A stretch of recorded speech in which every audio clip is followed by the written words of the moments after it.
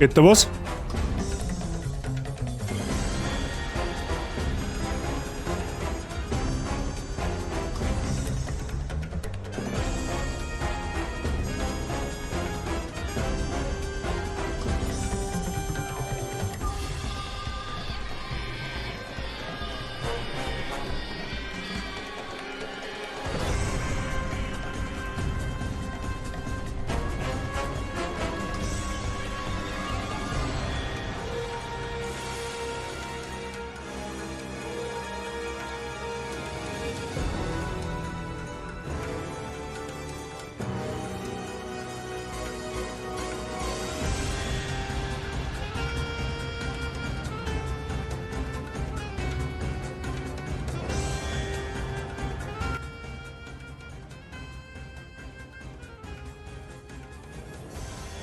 So, grüß Gott beieinander.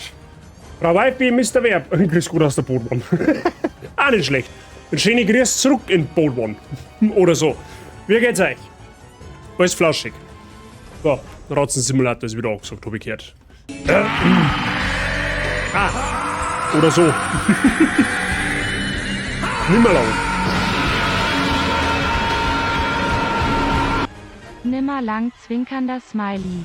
Ja, Mr. Werb, merci dir für deine 11 Monate Resub. Ja, du brichst auch bald die erste große Schallmauer. Ja? Ein Babyparty hast du schon überstanden, aber jetzt das, was demnächst auf dich zukommt, das, das ist schon bemerkenswert.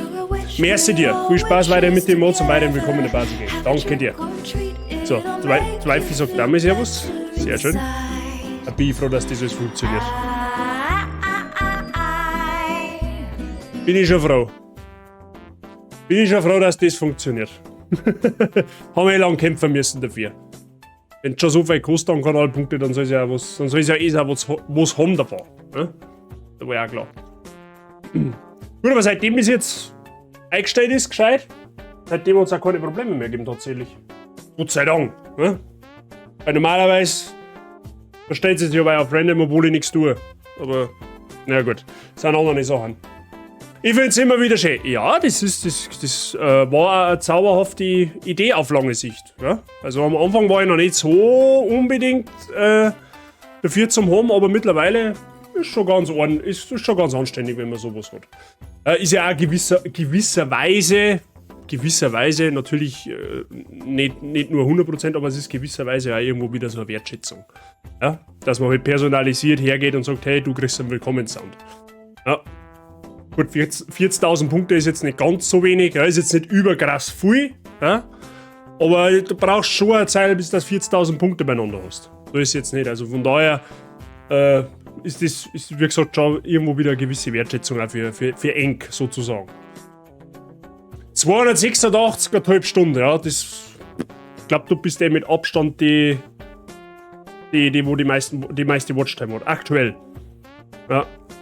Also ich weiß nicht, ich müsste halt nachschauen, aber ich glaube noch irgendwo hinter dir ist das Sei, glaube ich, aber der ist auch noch gut weit weg. Also zu der Watchtime da. Aber ja, es ist schon, also 286,5 Stunden von deinem Leben bei mir zum Verschwenden, Respekt. Ja, 171 Stunden beim Verb, das ist auch nicht unbedingt wenig. Ja. In die 171 Stunden, da hätte man auch was Sinnvolles machen können. Für mir zum Zuschauen. Aber danke an der Stelle auf jeden Fall. Hat mich nur selber interessiert. Ja. Ich hab lange nicht gewusst, dass es den Command überhaupt gibt. Ja? Also ich meine, ihr könnt jederzeit nachschauen, was ihr Watchtime habt. So ist für eng, dann schön, wenn ihr es wissen möchtet. Ja? Also ich schaue sowas nicht nach, ja, weil ich mache da unter meinen Zuschauern ja keinen Unterschied nicht. Ja? Das ist ich mache da keine, wie sage ich denn? Ja, Zweiklassengesellschaft, wenn man so will. Ne? Also ich freue mich über jeden, der wo zuschaut, und wenn es nur eine Stunde ist. In Anführungszeichen. Nicht verschwendet, schöne Zeit. Dankeschön. Freut mich. Wenn es halbwegs erträglich gewesen ist, die 286 Stunden. Die, wo du irgendwann bist. Bisher. Werden wahrscheinlich noch mehr werden. Wer weiß. So. Ich bin gespannt, wie es da halt weitergeht in dem Bums. Letztes Mal ist ja verdammt intens geworden am Montag. Ich hab so das Gefühl, dass heute einer stirbt. Also jetzt nicht irgendeine Random-Wache, sondern ich glaube, dass heute tatsächlich irgendein Main-Charakter stirbt. Keine Ahnung, wie ich drauf komme. Irgendwie habe ich es so ein bisschen im Urin. Ich glaube, dass da halt der eine oder andere eskalativ einen triggerten Tod sterben wird. Jetzt mal wert und ja, wird sicher. Ja, das habe ich fast befürchtet. Dankeschön. Na, schauen wir mal. Jetzt, wie gesagt, ich bin wirklich gespannt. Also der Cliffhanger letztes Mal war ja schon nicht ohne. Ja? Wobei man halt das hat riechen können, dass der Arno, glaube ich, heißt er, dass der Träger am Stecker hat. Ja? Also ich habe dem von Anfang an nicht wirklich traut. Und ich glaube, dass es halt soweit ist, dass der halt hops genommen wird. Ja? Entweder von uns oder durch den Kommandanten da, der wo auf der Insel ist. Schauen wir mal. Hoffen wir nicht, dass einer stirbt. Ja, ich glaube jetzt nicht, dass der Amicia oder der Hugo stirbt. Das glaube ich jetzt auch nicht. Aber, wie gesagt, ich glaube, der Arno, der Mann, wird es zeitlich segnen. Oder wird zumindest ziemlich dreckig an den Kerker geworfen. Irgendwie sowas. Ich habe da so eine Ahnung, aber ich sag nichts. Oh, ist der Mr. Verb schon durch mit dem Spiel? Oder hat er das komplette Ende schon gesehen? Vermute ich jetzt einfach einmal. Ja, der Verb ist quasi schon erleuchtet, was das angeht. Aber gut. Bin umso mehr gespannt, was dann... Vor allem auf meine Reaktion bin ich dann jetzt gespannt, die nächsten Stunden. Ja? Das wird ja das nächste werden. Naja. Billinger, habe die Ehre. Einen wunderschönen guten Abend. Alles fit bei dir. Schauen wir mal, dann sehen wir es schon. Irgendwas wird schon werden. Jetzt dann. Ah, du hast es nicht gespielt. Okay. Hat dann wahrscheinlich gesehen. Naja, Leute, wir streamen halt wieder so wie am Montag bis ungefähr 8. Kurz vor 8, besser gesagt. Da kriegen wir einiges weiter. Ich glaube, das ist eine gute Länge für Blocktail, finde ich. Ja, zu stark überstrecken ist, glaube ich, bei so einem Spiel dann auch wieder nichts. Aber so 2,5, 3 Stunden ist ein schönes Happball, was man da gut abarbeiten kann. Bei dir warst du es soweit, das hört man gern. Das hört man doch gern. So, in diesem Sinne, Mann, fangen wir Spiel an. Ich glaube, dass wir jetzt Spiel anfangen. Oder mal ein Vögelchen gemunkelt. So, mal aus die Maus. Wumms starten wir. Ja. Und dann kann es eigentlich schon dahin gehen.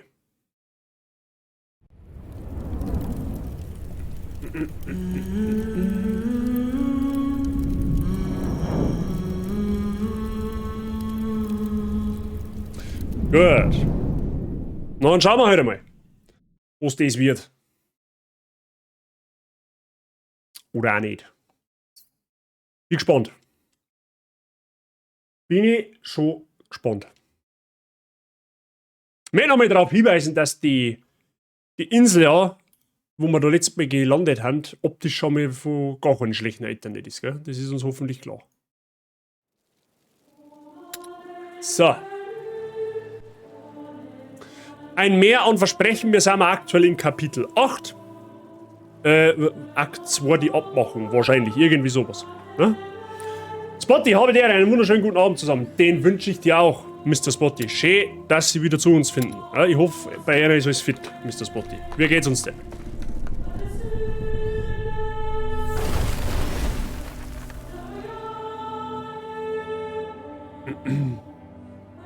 So.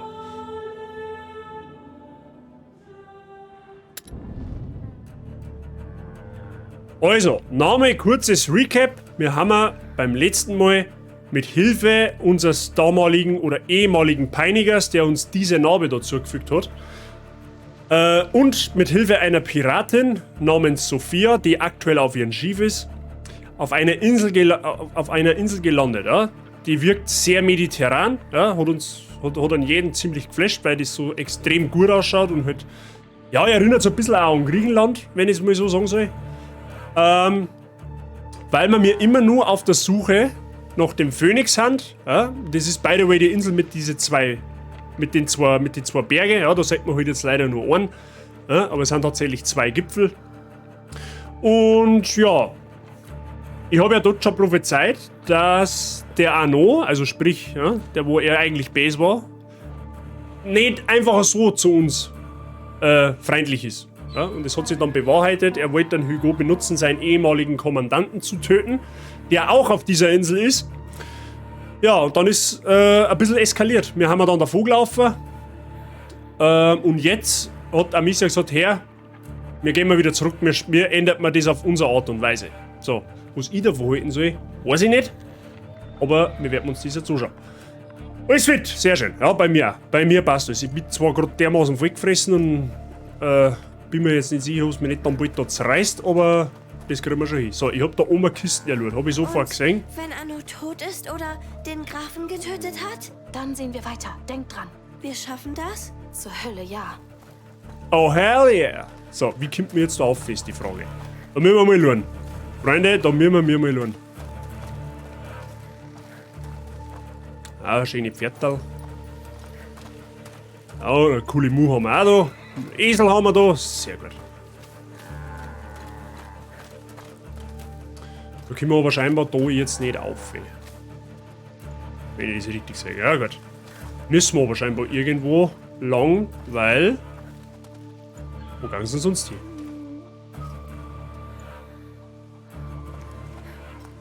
Haben wir da einer? Nein, haben wir nicht, okay? Gut, da hängt der weiße Laken drüber. Wahrscheinlich können wir da drüber springen, richtig? Sehen wir schon. Wir sind in einem Stall. Hier muss doch was sein. Da ist auf alle Fälle ein Werkbank. Mal sehen, was sich machen lässt. Schauen wir mal. Gut, uns gehen die Nägel ab. Ja, wir haben aber letztes Mal gesagt, dass wir die Armbrust noch mal um 1 verbessern, weil wir mehr Pfeile mitnehmen können. Da gehen uns aber 15 Nägel ab. Tatsächlich. So, und jetzt müssen wir einen Weg finden. So ist auf alle Fälle schon mal Loot. Dahinter müsste doch der Platz sein. So, die Frage, wo ich mir stehe, da geht es auf alle Fälle irgendwie auf. Ja? Das heißt, wir brauchen da irgendetwas, was wir da herschirmen können. Ja? Da drin ist zum Beispiel irgendetwas. Da siehst du das. Versperrt. Da ist aber zu.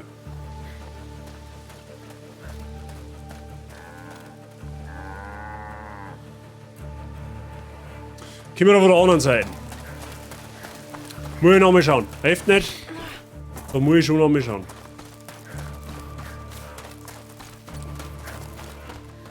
Kann man da auf zufällig? Nicht. Okay, da auf der Seite geht definitiv nichts. Das heißt, wir kommen da hin wahrscheinlich noch mal zurück. Vermute ich jetzt einfach einmal. Ja?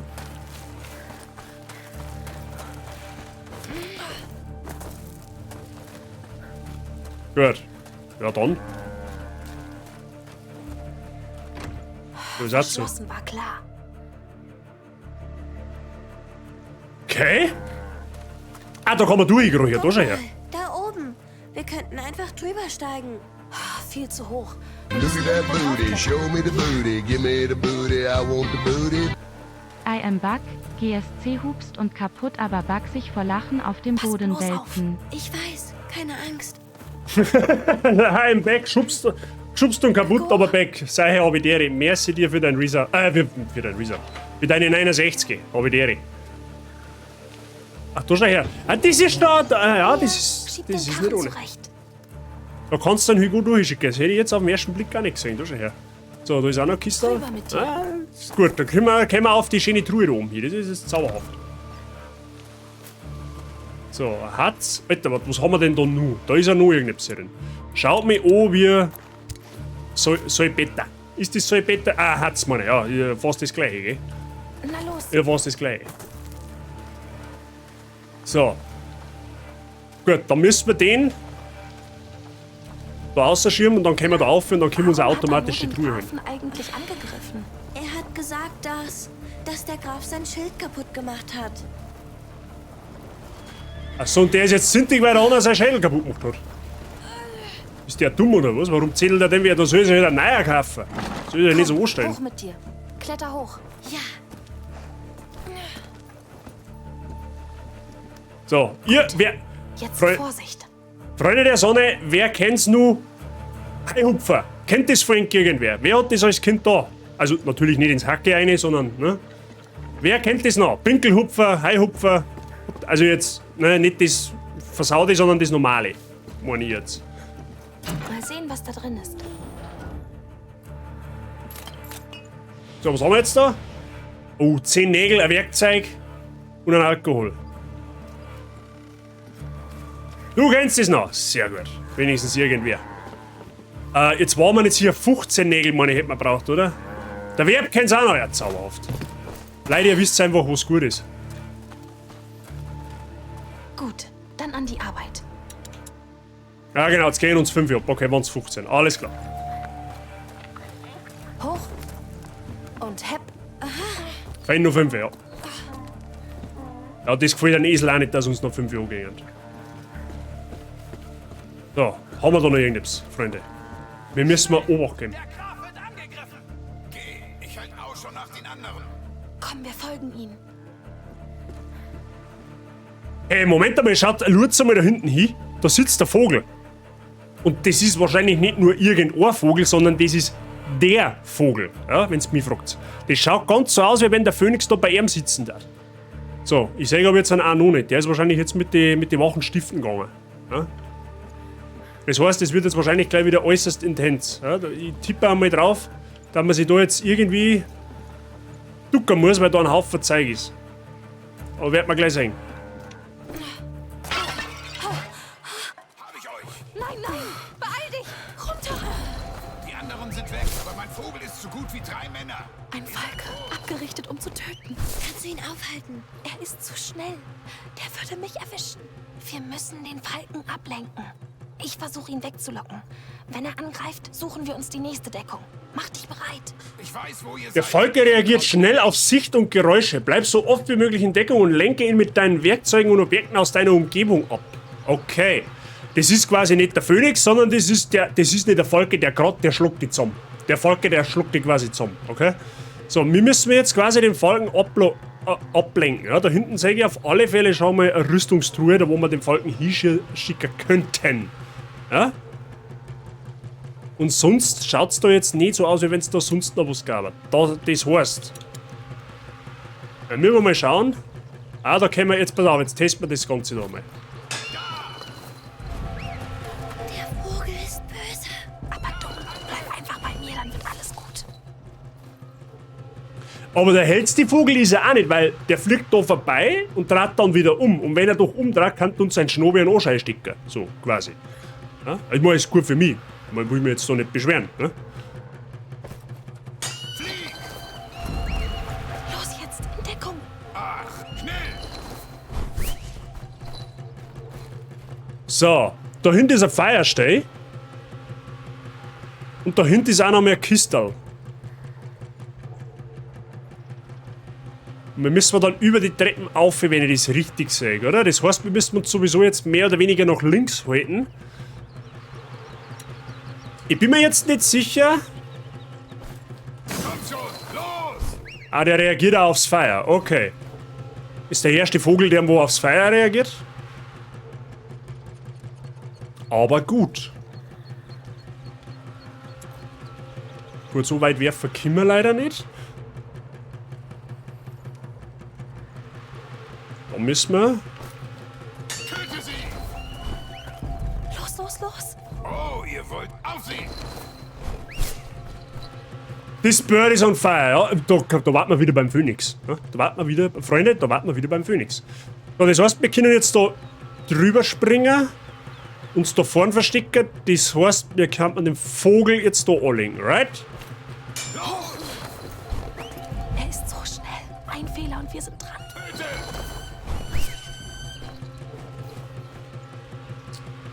So, können wir jetzt die Kisten da hinten auch noch werfen? Die werden jetzt wahrscheinlich zu weit weg sein, oder?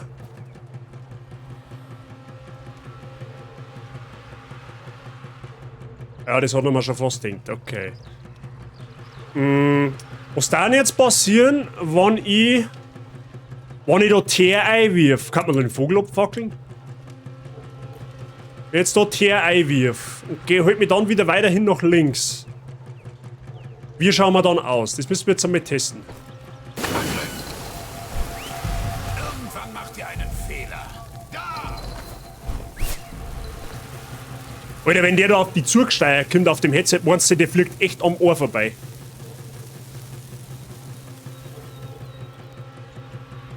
So, das heißt, wir müssen jetzt nur zweimal ablenken, right? Das heißt, mit der Teertaktik können wir erst einmal weiterfahren. Das darf nicht der Vogel aus meinem Traum sein.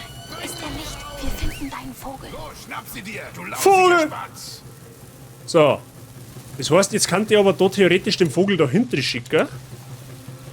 Jetzt pass auf, und dann müssen wir mir wahrscheinlich da auf. Oder kann man den Vogel, jetzt mal eine ganz andere Frage, kann man den Vogel irgendwie ansenden? Ich meine, das hört sich jetzt vielleicht ein wenig barbarisch an, aber okay, kann man nicht. Ah gut, ich wollte ja gerade fragen. Ja? So, jetzt schickt man den Vogel da hinten. Zusammen. Ja, wir sind da. Weg hier, schnell. Ich weiß, dass ihr hier seid. Okay. Ohne Depth. Ja, das ist ja schon mal nicht verkehrt. Oh, das war knapp, aber geschafft. Der Vogel war schlimm. Und wo ist Anno verflucht? Das ist eine gute Frage. So, ist da jetzt irgendwo Guckloch, dass man dem Vogel einen Armbrustbolzen an Anschein schießen können? Offensichtlich nicht. Ja gut, dann schauen wir mal weiter. Irgendwo, wird man schauen. Oh, ich höre was, Das sind Schwerter. Ja, ja, schnell. Also, das hat jetzt so ausgeschaut, wie man rein kann. Zero Depth, genau so nämlich, Mr. Werb. Aber mir gehört das P in Gamer Basis steht für Programming, Kappa. Sie sind hier, der Graf lebt noch. Kannst du ihn aufhalten? Halt's Maul, ich mach dich kalt, wie deine Männer. Du stirbst doch sowieso. Und wofür? Vergangen ist vergangen. Das ist mir egal. Ich sag trotzdem, dass er stirbt. Also schön, am Friedhof haben wir auch gleich da, das darf eh genau passen. Da schon her. Was sollen wir tun?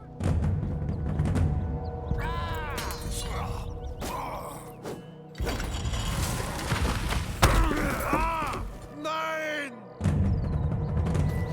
Du miese Verräterin! Die Schuld trägst du selbst. Das ist seine Armee? Ein Mädchen und ein Junge? Nein, warte. Victor, halt! Emily?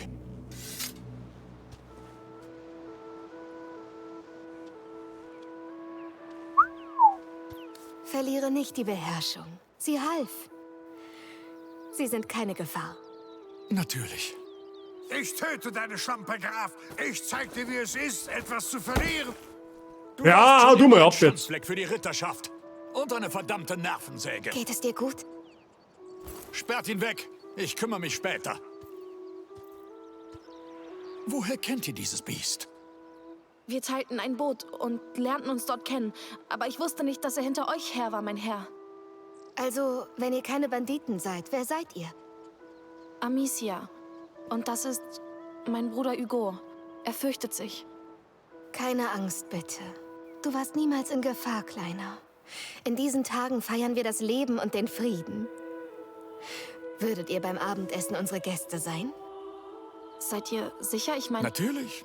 Emily hat recht. Nehmt es als Dank für eure Hilfe. Du wolltest uns gerade noch anschlachten. Mit uns.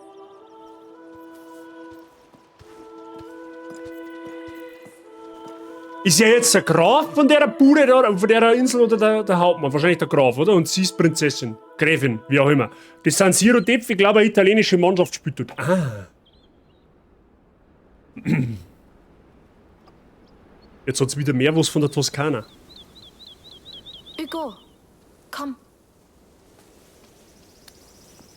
Nun, wie gefällt euch unsere Terrasse? Ist das wirklich euer Haus? Unser Zuhause.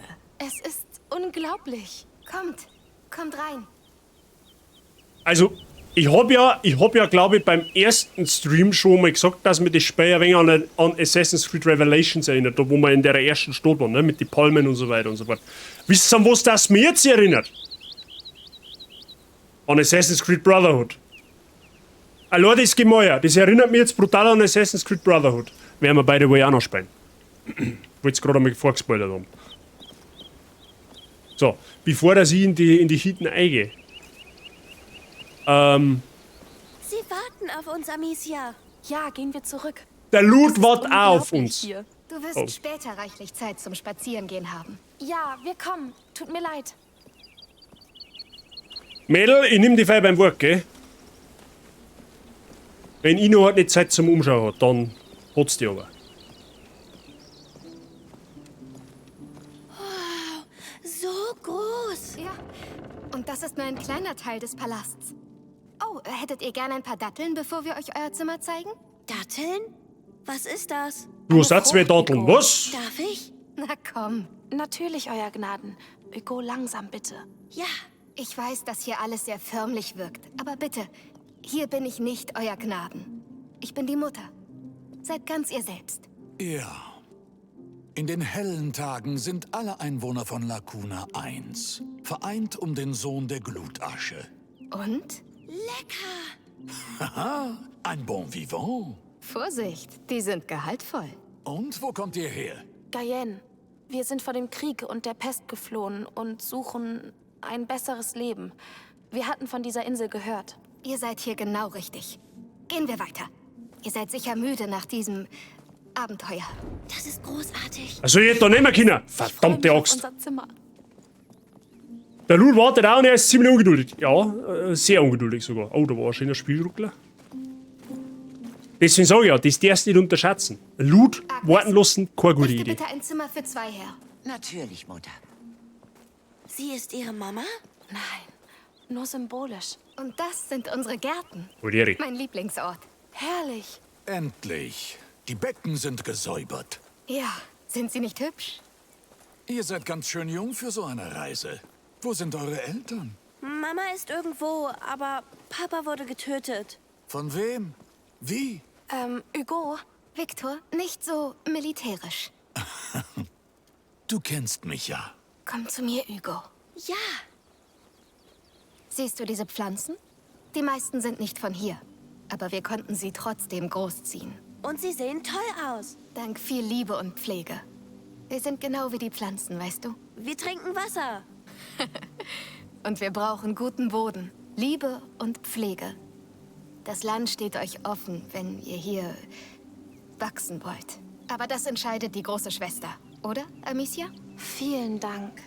Das waren nette und wahre Worte. Ich möchte euch noch etwas zeigen. Victor? Natürlich. Bist du bei den Krähen oder was ist Land mit dir? stark. Der Sohn der Glutasche haucht ihm Leben ein. Wir schufen ihm zu Ehren die hellen Tage, in der Hoffnung, dass er wie prophezeit zu uns zurückkehrt. Zu uns. Zu Mutter und Vater. Und zum Volk. Wir beten nicht zu ihm als Gott, zu unserem tief schlafenden Kind. Wir lieben und ehren ihn, um sein Feuer zu erneuern. Die wirkt irgendwie so ein bisschen esoterisch, wenn du mich fragst. Aber der Phönix scheint auf alle Fälle eine größere Nummer zu sein. Ja? Amicia, auf dem Stein. Das ist mein Vogel. Moment, Wollt ihr mit mir beten? Auf welche Art es euch beliebt? sicher. Hugo? Ich bete zum Vogel. Eine kleine Flamme, doch hell in der Nacht. Auf, dass er als Sonne, als Sohn erwacht. Erwacht. Erwacht. Danke. Herzlichen Dank. Wollen wir gehen? Verzeihung, Mutter. Dürften wir für Vater beten? Hugo? Ja. Ich verstehe, natürlich. Ich warte auf euch. Kommt, wenn ihr bereit seid. Lieber Vater. Hugo, ist das wirklich dein Vogel? Sieh genau hin. Oh. Ja. Ich kann es fühlen. Derselbe Schnabel und ich weiß es einfach. Gut, sehr gut. Gehen wir wieder zu ihnen. Und erzähle hier niemandem was davon, ja? Das ist unser Geheimnis. Ich weiß. Leute, wisst ihr, was mir gerade auffällt, wenn man auf das Bild hinschaut? Da ist jetzt auch der Vogel drauf, ja, aber da ist auch ein Kind drauf. War's nicht im Bereich des Möglichen, ne? Dass, ne, er vielleicht der Vogel ist, wie Phönix aus der Asche, ne? Also, vielleicht. Warum traue ich ihnen nicht? Mr. Spotty, da bin ich mir jetzt ehrlich gesagt auch nicht so ganz sicher, wo sie davon halten soll, ja? Ich traue denen mehr als mit den anderen Zipfel, der wo gerade verhaftet worden ist. aber so ganz klar haben wir die auch noch nicht. Ja? Aber das, glaube ich, ist eine interessante Geschichte, weil das Kindergesicht oder das Kind auf dem Bild ist da nicht ohne Grund. Und der Hugo ist ein Kind und träumt von dem Vogel. Also da ist bestimmt irgendein Zusammenhang. Ja? Wir werden es aber, denke ich, eh noch erfahren. Jetzt schauen wir erst einmal zur Esoteriker-Blondine, wie auch immer. Ist alles für morgen bereit? Ja, die neuen Price Bogen Sorbetieri. sind herrlich. Es wird perfekt. Verzeihung. Oh, Wollen wir? gerne. Wir danken euch, dass ihr Spieleruckler. dem Sohn so bereitwillig gehuldigt habt. Jedes Kind ist die Zukunft unserer Welt. Ein Kind kann alles verändern. Das ist überaus wahr. Wir sind da. Bitte sehr.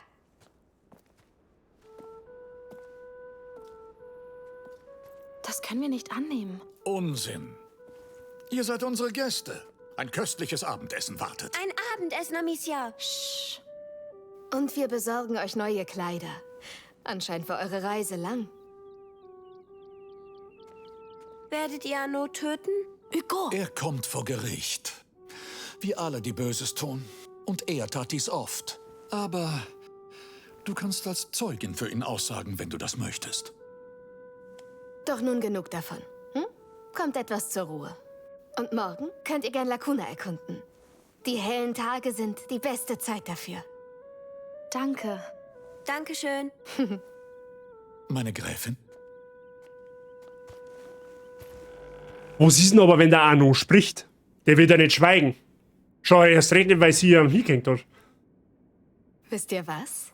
Auf den Betten kann man hüpfen. Ja.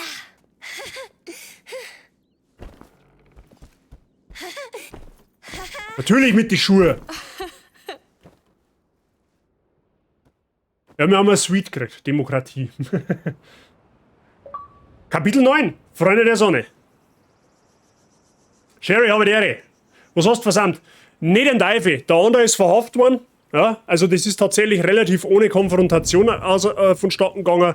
Wir haben jetzt herzlich empfangen worden. Wir haben jetzt ein Zimmer gekriegt. Wir haben jetzt entdeckt, dass der Vogel tatsächlich auf dieser Insel ist. Ja, anhand einer Steinskulptur, aber mehr hast du jetzt Diese aktuell nicht Kleider sind versammelt. so bequem. Ja. Und habe die Ehre. Hey, komm her, du Schlafmütze.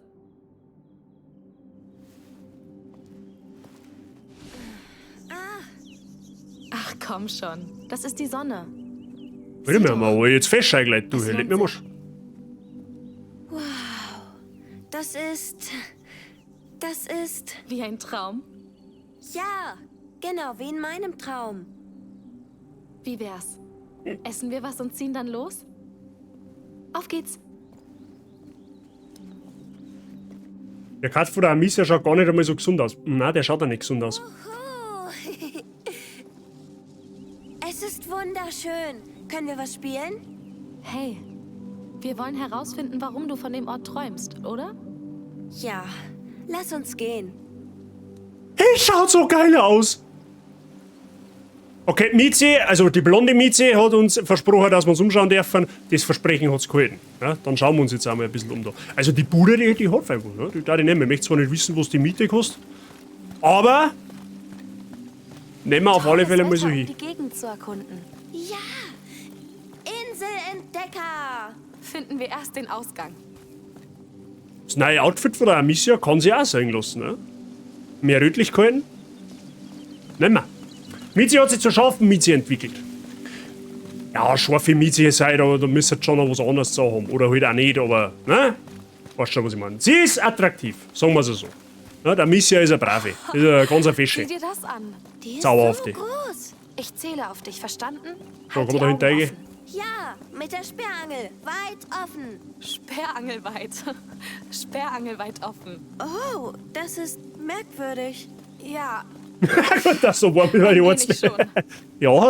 Ja, zu der Zeit jetzt, wo wir leben, da du, das kannst du nicht da harzen. Da brauchst du schon ein wenig etwas. Ja? Da meine ich, hätten sie einen Habeck auch schon. Ist wurscht. Reden wir nicht davon. Eine gute alte, ja genau. Der Misse ist eine gute. If I see a pool, I mache Arschpumpen. Ganz einfach.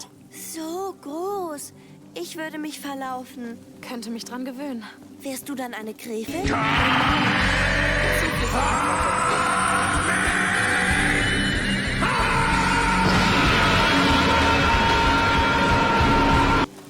Misma 115 02 Misma 115 02 Gammerb 98 GG Hallo. Ja, die habe ich dir. Danke dir für deinen Resub im 7. Monat. Leck mich am Arsch. Auch schon über das Jahr. Blutig ist ihm. Miss Marshall, Sie haben nur noch 2 Monate, gell? Also ab jetzt brav sein, gell? Ernährung umstellen, ja? Obacht geben. Danke dir für deinen Resub im 7. Monat. Viel Spaß weiterhin mit dir, und weiterhin willkommen in der Bazi Gang. Wie war dein Stream noch? Du hast sauerhaft gewesen. So. Ja, das ist recht, dass du da hinpfeifst mit dem Behaviere. So, da ist jetzt nirgendwo eine Schatzkiste. Tag heute. Das ist wohl wahr. Kaum vorzustellen, wie sich das mit Helm anfühlen muss. Tja, gestern im Hafen ging es ein bisschen rund, von daher... Stimmt. Wohl wahr. Vorsicht ist Marshall, sei du bist so stark blöd. Ja, das kann jetzt nicht denken, ernst sein, oder? Wir haben ja da in einer Milliardenbude wahrscheinlich und da ist nicht eine einzige lose Schatztruhe umeinander flackern, oder was?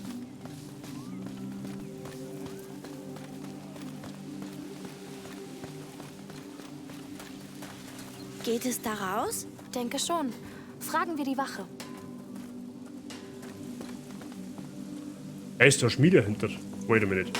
Da Man müssen wir sieht, mal... dass der Graf reich ist. Woran? Zu viele Da gibt's einen Babybazi, ja genau. 2 Monate hast du einen Babybazi. Stimmt wohl.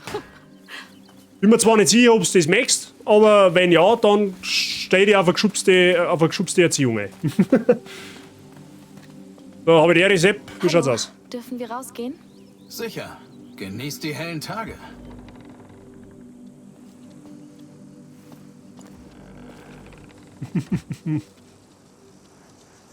Gut geschlafen? Hallo Sophia. Schön dich zu sehen. Woher wusstest du? Wo ich euch finde? Das ist mein Leben, Schätzchen. Früh aufstehen, beobachten, lauschen und das Beste draus machen. Dass Arnaud hinter Gittern sitzt, weiß ich auch. Ja, dieser Mistkerl. Er verdient es. Er verriet uns und hat Hugo benutzt. Welchen Nutzen könnte so ein winziger Kerl denn in sich tragen? Oder bist du nützlicher, als du aussiehst, kleiner Mann? Ich meine es ernst, Sophia. Arnaud mag dein Freund sein, aber er hätte uns fast getötet. Also habt ihr gestern Abend seine Gefangennahme mit dem Grafen und seiner Frau gefeiert? Nein, die sind unwichtig für mich. Ich knie vor niemandem, Sophia. Keinem Grafen, keinem König, vor keinem. Nur Hugo ist mir wichtig. Alles klar. Ich habe einen Nerv getroffen. Ich habe dich nur geärgert. Ich weiß nun mal gern, wer meine Freunde wirklich sind. Was ich hier höre, gefällt mir. Kommt. Drehen wir eine Runde. Ja. Haben wir das letzte Mal schon darüber geredet gehabt, dass sie gar nicht einmal so schlecht findet, dass der im Kerker ist, ne?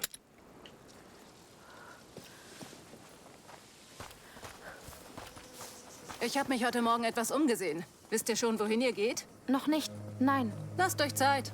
Das Wetter ist schön, die Leute feiern, selbst die Wachen sind freundlich. Nur deshalb sind wir noch nicht im Gefängnis. Und jetzt? Soll ich mir jetzt einfach umschauen, oder was?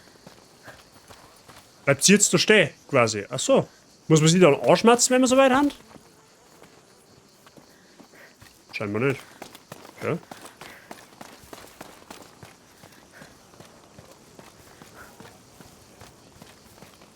So, dann schauen wir uns heute wegen um. Sachen ausliefern? Wir haben noch Zeit. Ah, da ist jetzt eh, Das okay. Festmahl ist erst abends. Die haben bestimmt noch nicht angefangen zu kochen. Ah, das schaut schon.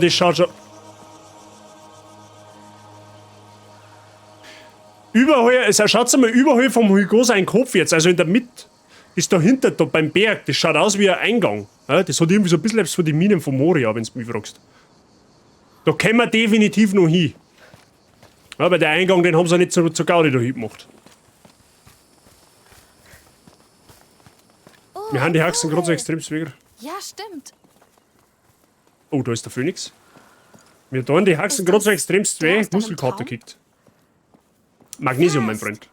Irgendwie komisch. Er scheint auf etwas zu blicken. Oh, eine Schatzsuche.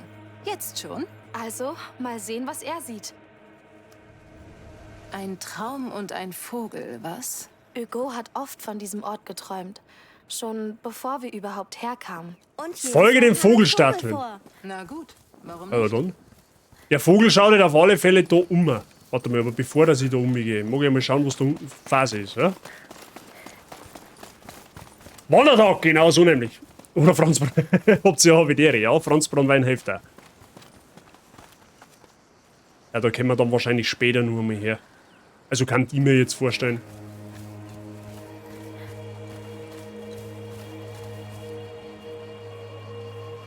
Die Umgebung ist einfach so geil gemacht, das ich kann es nicht sagen.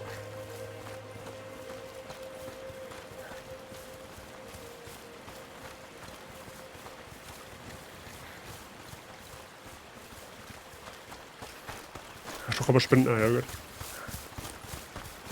Ah, da ist ein Kistel, da schau her, Kistel.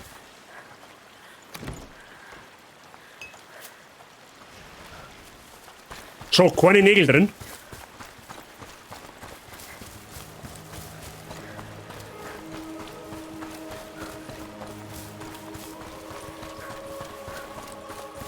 Da ist wieder eine Vogelstatue. Beziehungsweise, halt, das ist die, wo wir zuerst waren. Ja, ja, okay.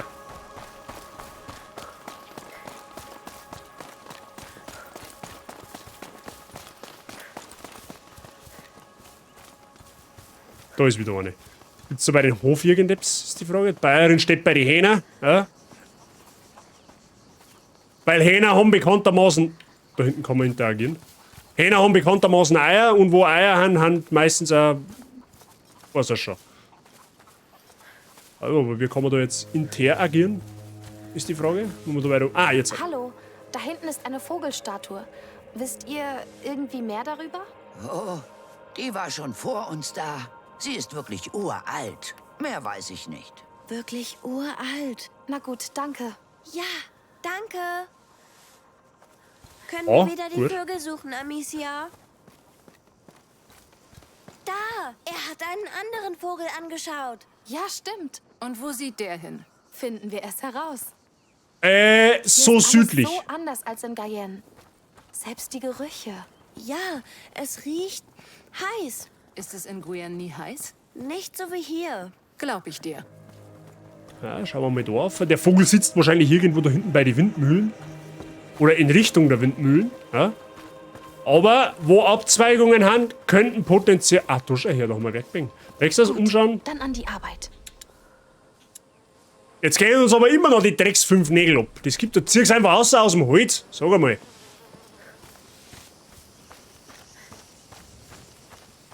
Der kommt eher so südlich. Ja, genau. So südlich. Wenn der Wind von Süden weht, wird von links nach rechts geklebt. Das ist eure Dachdeckerregel. Merkt euch das. Bin gespannt, wer den Film gesehen hat.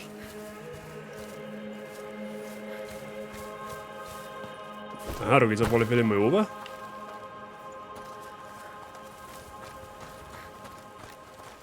Wer?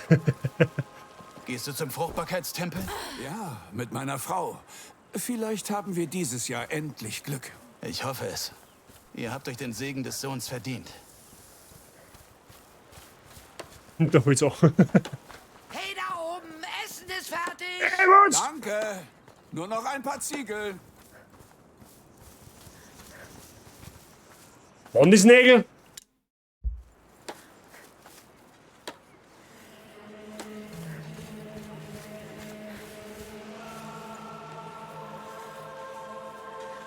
So, die Frage ist, wo sitzt der Vogelmensch?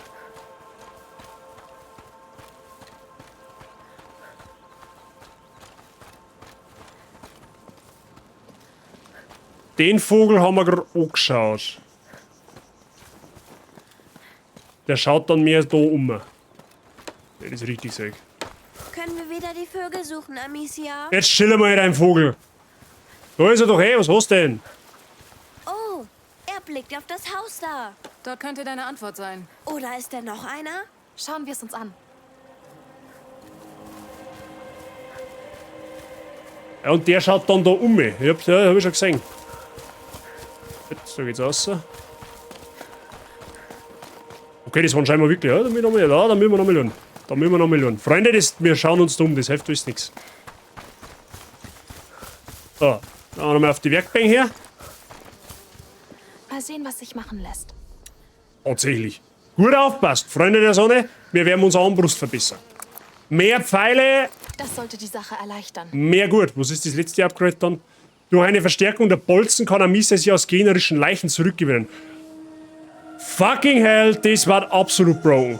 Aber da brauchen wir halt nur 2 Werkzeugdinger und halt 80 Nägel. Also ob wir das jetzt nur schaffen, das weiß ich nicht. Aber wenn wir schaffen, dann haben wir absolut broken, dann haben wir broken Waffen. Seitdem hast du letztes Mal schon gebracht. Aber danke für den friendly Reminder. So, da ist jetzt der andere Vogel. Kletter hoch. Alles klar.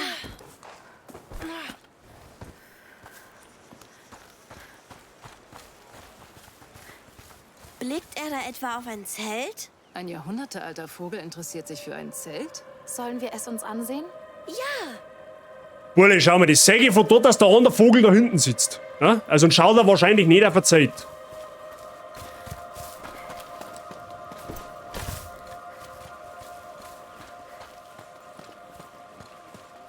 Guten Tag. Hallo. Aber die Ehre. Hallo. Freundlich haben sie ja. Da kannst du nichts sagen. Gell? Wie freundlich grüßt. Bist du fertig? So gut wie. Ich verpasse sonst die Zeremonie. Der braucht eine Brenner, Kleine. Hat es zu der Zeit im 14. Jahrhundert überhaupt schon Brennen gegeben? Ist die Frage, was machst du eigentlich? Tust du einen Nimbus 2001 schnitzen oder was? Hallo. Du brauchst eine Feier. Uns nur die Statue an. Tja, lasst euch nicht stören. Wo ist der nächste Vogel? Bestimmt hinter dem kleinen Hügel versteckt. Vorwärts. Die Jugend sucht jetzt schon Steine statt Gold. Ich glaube, dass der Vogel da am Ende des Tages auf die Windmühlen hinkommt. So, was ist da, ein Wirtshaus? Oder was? Oh, das schaut nach Wirtshaus aus. Die sehen glücklich aus. Sind sie auch. Ich hoffe, die Zeremonie heute Nachmittag wird ein Erfolg. Ja, das Festmahl wird grandios werden. Ja, der hat's überstanden. Scheint nett zu sein. Seit der meine hat mit dem Schnaps. Ah, da steht, der ist sogar noch lebendig. Ich wäre so gern bei der Zeremonie dabei. Diese Roben. Ist denen Alter, überhaupt klar, was auf eine der ins Zeremonie Gesicht. passiert? Schaut da gar Was nicht. ja eigentlich? Daher der Alkohol. Sei, wenn's mich fragst, der hat seinen Schnaps nicht auf die Füße geschmiert. Schön, aber eigentlich heillose Ketzerei, oder? Ja, man muss Graf sein, um sich dieses Risiko erlauben zu können. Die Insel ist so abgelegen. Das hilft vermutlich. Und Gold kann jedes Auge verschließen. Ja, schön ist da schon, gell? Also da kannst du halt wirklich nichts sagen. Vor allem, wenn ich da aufs Meer ausschaue. Der Baum passt zwar gerade nicht so ganz ins Bild, ist das peitschende Weide aus Harry Potter oder was soll das darstellen? Keine Ahnung. Da sitzen auf alle Fälle ein Haufen Leute rum. Und der Vogel, der schaut jetzt halt da hinten. Der Vogel schaut jetzt da hinten und der andere schaut auf den Baum mit wahrscheinlich. Kann der mal 4 stehen. Jetzt schauen wir mal schnell in das Windmühlendorf.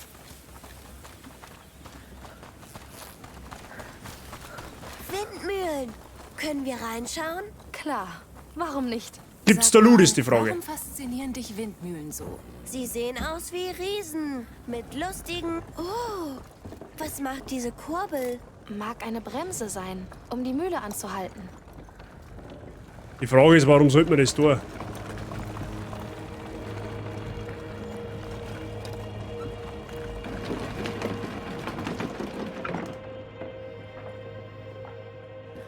Wie tun wir es jetzt einfach? Ich weiß zwar nicht, ob wir das Recht haben dafür.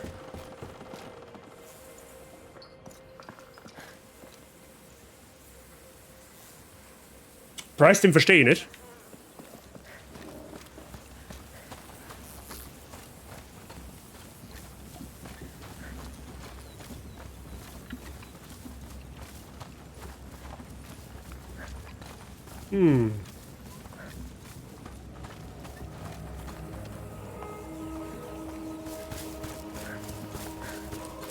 Mir hackst mir jetzt einfach eine Windmühlen auf. Ich mein, warum nicht?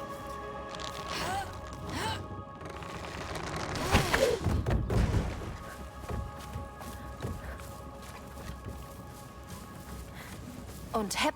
Ja.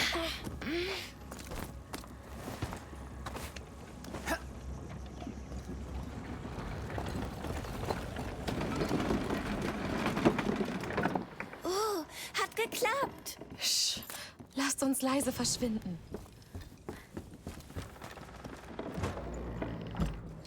Wahrscheinlich kriegen wir jetzt dann so dermaßen das Karma, wenn wir das jetzt tun. Aber vielleicht schalten wir irgendwas frei. Wer weiß.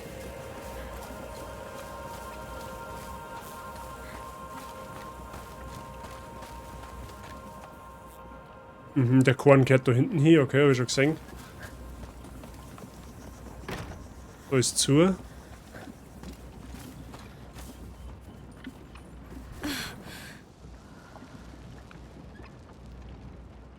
So, ein Weiterschirm können wir nicht, oder was?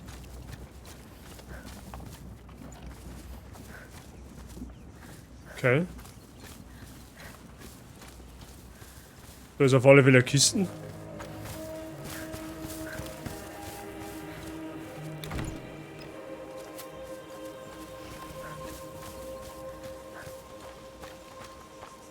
Da ist ein Lord dann. Da können wir uns durchkriechen, okay.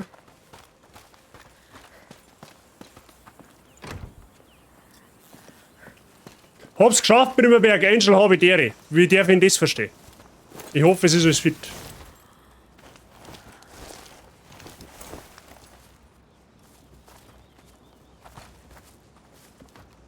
So, dann schauen wir halt einmal. Dann schauen wir halt einmal, was da oben Phase ist. Die Frage ist, warum können wir da hinten nicht rein?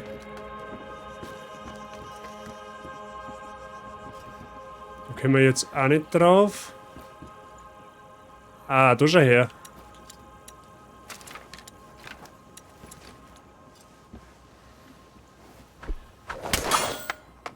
Okay, man ist geschlossen durchschießen.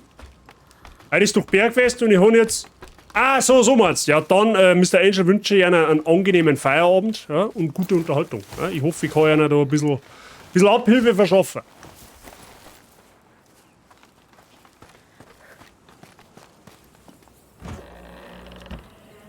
Vielleicht startet sie die Windmühle.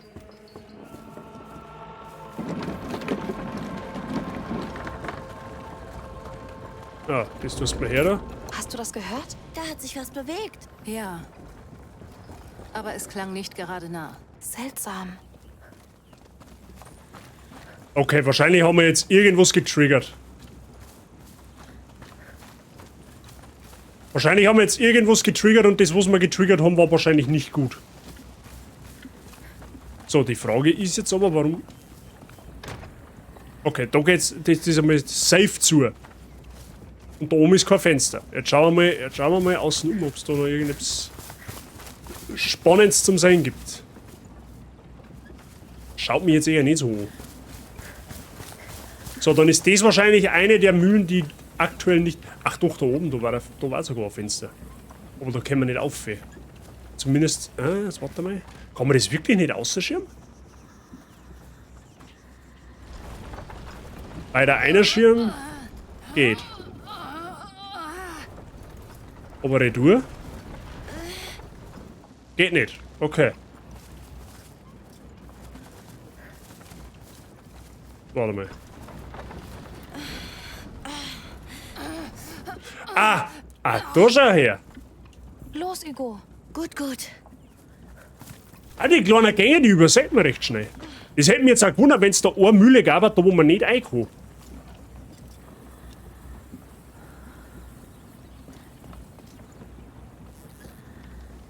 Hugo, wie schaut's aus? Machst du... Ja, jetzt halt. Hast du mal lang gebraucht, um die Tür aufzumachen? Komm, hoch mit dir.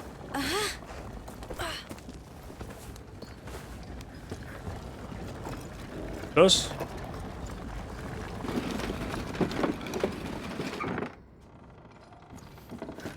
Okay, oh, da liegt Loot. Das hat sich schon wieder nicht gut angehört. Ja, okay, es wird schon irgendeinen Effekt haben, aber was für einen, das wird man dann irgendwann anders herausfinden müssen. Jetzt gehen wir mal wieder Richtung Vogel weiter. Ja, das meine ich einmal. Wie können hier so viele Blumen wachsen?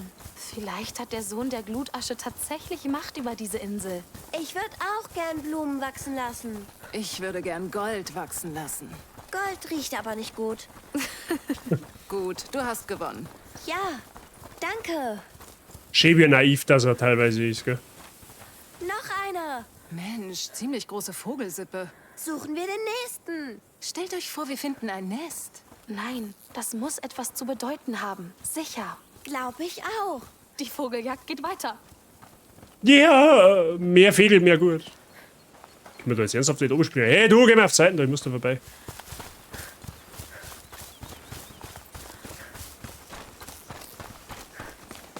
So, wo schaut der hin? Da oben zu, okay. Da muss der andere Vogel dahinter irgendwo sein.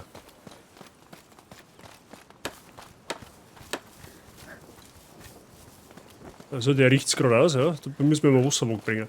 Mehr Vögel oder.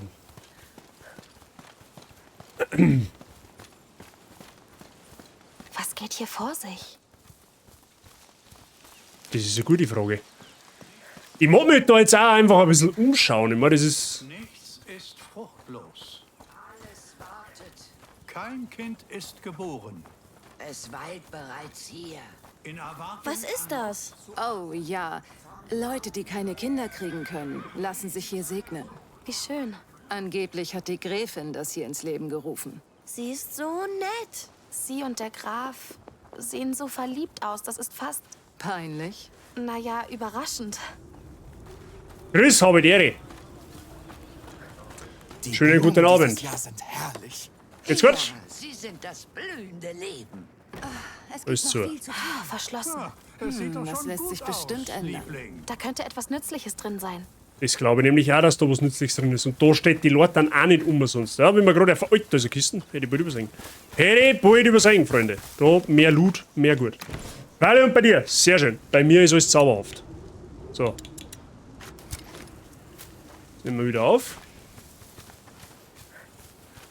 Wie wir gerade erfahren haben, durch jede. Oh, da hinten ist ein Bolzen. Da hinten ist ein Bolzen, Freunde der Sonne. Mehr Bolzen haben auch mehr gut. So, wie wir vorher gerade bei den Mühlen da oben gesehen haben, jede verschlossene Tür kann man irgendwie umgehen. Können wir wieder die Vögel suchen? Ich Morea, Alicia? ja. Du chillst jetzt einmal mit deinen Vögeln. Hey? Der Loot ist wichtiger, checkst das nicht?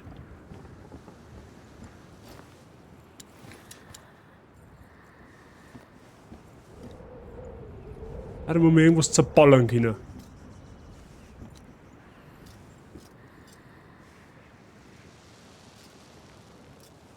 Aber die Frage ist, was?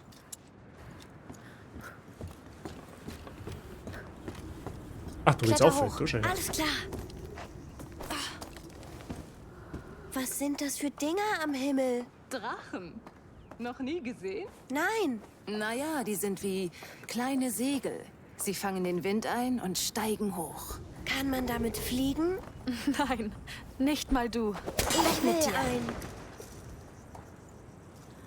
So, jetzt haben wir da das Ding da oben geschossen. Da ist auch ein Werkbank drin. So, die Frage ist jetzt aber, wie können wir jetzt da rein?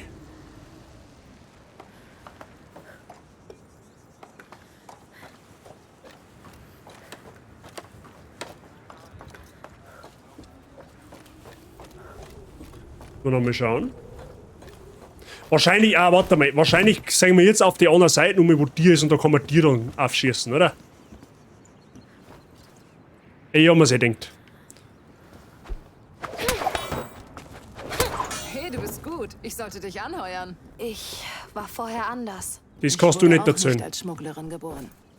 Man tut, was man tun muss. So viel, das kannst du nicht erzählen, was mir kosten. Ja, den Stundenlohn kannst du nicht leisten. Wir bleiben exklusiv.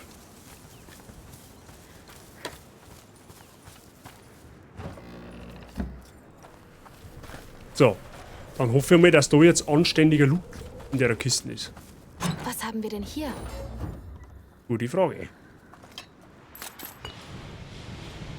Ein Werkzeugerl, 10 Nägel, ja, das hat sich schon rentiert. Das, Freunde, hat sich rentiert auf alle Fälle. So, schaut, jetzt brauchen wir nämlich nur noch ein Werkzeug und nur noch 50 Nägel. Ja? Vielleicht haben wir Glück, dass wir die Armbrusten aufbessern können, bevor wir mit dem Spiel durch haben. Das war natürlich schon eine sehr feine Geschichte, gell? So, jetzt aber weiter. Jetzt hat man Hugo ein wenig freundlich stimmen, dass wir seinen Vogel da weiter suchen. Ja? Oder der Vogel lurt da irgendwo. Wahrscheinlich da Richtung Turm. Nichts ist tot. Nichts ist wahr, alles ist erlaubt. Genau so ist es. Eine Blume für den Sohn, eine für die Mutter, eine für den Vater. Aha.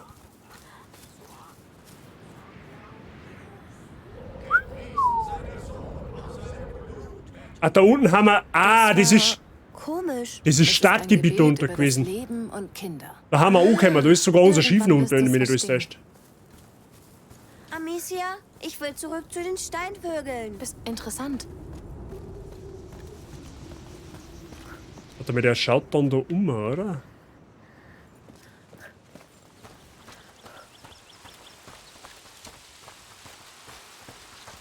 Ah, ich sehe schon, die Vögel werden wahrscheinlich dann irgendwann mit der Zeit ein bisschen schwerer zum finden.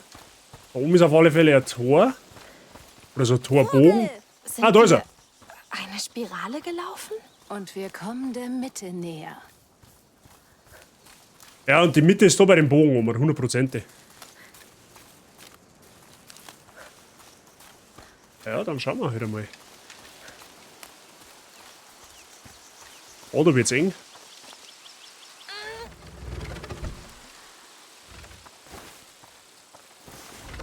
Das muss es sein. Was siehst du? Ich sehe Säulen. Wie schön. Wie schön. Ist Die das Sägerkisten. ein antikes Theater? Ja, sieht wichtig aus.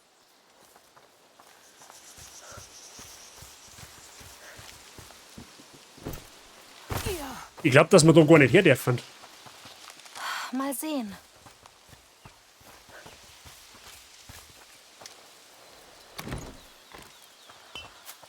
Okay.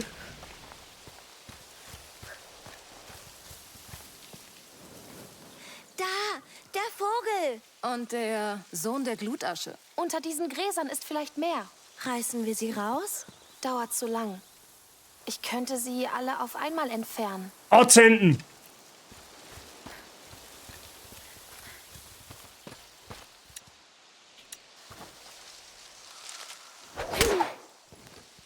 Wie jetzt? Das ist es, Hugo. Dein Vogel hat uns hergeführt.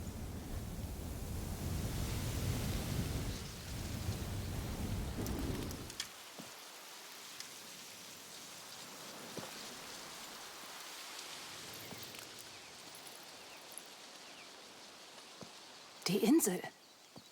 Das ist eine Karte von der Insel. Sie ist uralt. Ich denke, hunderte von Jahren. Bestimmt byzantinisch. Es gibt hier wirklich viel in dieser Art. Sieh doch, Amicia. Da ist die Zeichnung. Welche Zeichnung?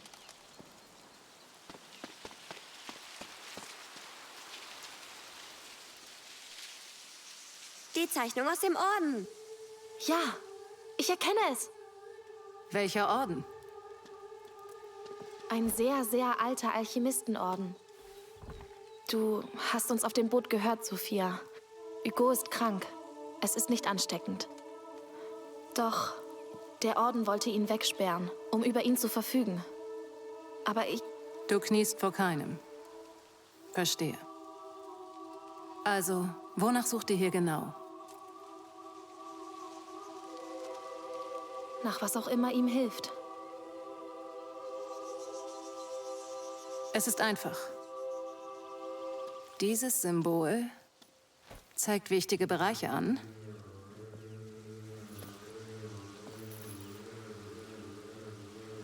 Dieses da. Also, das kann man nicht übersehen. Die Zähne. Sie nennen sie Las Madres, die Mütter. Oh. Ich weiß, öde. Es ergibt Sinn. Gehen wir diese Mütter besuchen. Die Zähne. Kommst du mit uns? Wenn ihr das möchtet. Ich stehe in eurer Schuld. Dann mal los. Ja, jetzt wird geklettert. Oh nö. Ja, der meint der Kratos hat Bergsteigerausbildung. Oh, ich kann es kaum erwarten. Aber interessant, also die Geschichte dahinter, die ist fast schon gar nicht unübel, ja? So, der Plan für Halloween steht schon fast. Oh, was ist denn geplant, Mr. Billinger? Gegen uns als den Nannen, oder was? Da gibt's auch wieder Loot, sag ich doch.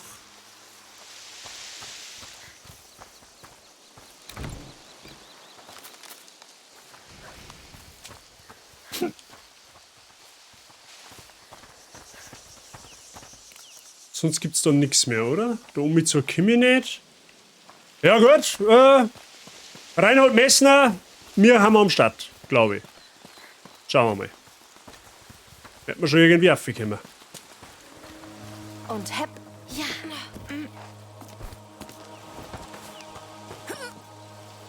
Seht, da ist ein Haus in den Zähnen. Ja. Eine Art Tempel? Ein Heiligtum, habe ich zumindest gehört. Jetzt will ich unbedingt mehr darüber wissen. Klar, das wird unser erster Halt. Es wirkt so schön. Jetzt sind wir froh, dass nicht der große Glockner ist, ja. Du hast jetzt auch wieder nicht unrecht. Ja gut, wir müssen offensichtlich jetzt zum Haus zurück. Und da müssen wir die Routen rechts nehmen, da wo ich vorher nicht langlaufen will. Beziehungsweise links, wie wir oben zugegangen haben. Ja, das kann natürlich. Beziehungsweise. Nein, müssen wir nicht, wir müssen da einfach über die Brücke drüber. Entweder ins Underground, in TS zu Elektro vs. Alternative oder ins Libella in Altmarkt zur Halloween-Party. Nimm das zweite. Einfach so, ich sage jetzt einfach aus Instinkt. Wir haben also einen magischen Instinkt. Vogel, einen uralten Alchemistenorden, die Vision des Kleinen. Tja, was kommt als nächstes? Hugos Krankheit ist ungewöhnlich. Unsere Mutter ist Alchemistin, aber sie konnte nichts dagegen tun. Es ist fast wie ein Fluch. Wer verflucht denn so ein süßes Baby? Ich bin kein Baby. Es ist die Blutlinie. Diese Sache existiert Charlie! bereits seit Anbeginn der Zeit. Steh Es ist um da, ungerecht, aber Wampert das Bergschof. leider war Sophia. In Guyenne jagte uns die Inquisition deswegen. Wir entkamen nur knapp. Es war schrecklich. Sie haben alle getötet. Wow, na gut. Wir werden finden, wonach ihr sucht. Ehrenwort. Danke. Wenn's mich fragst, der da hinten tut nur Würmer bauen. Was ist das? Das ist komisch. Das ist ein Grab. Ein Hügelgrab. In meinem Traum war kein Grab. Dann suchen wir weiter. Die Hügelgräber, Freunde der Sonne. Das schaut aus, wie wenn das Alkohol war. Sag ich doch.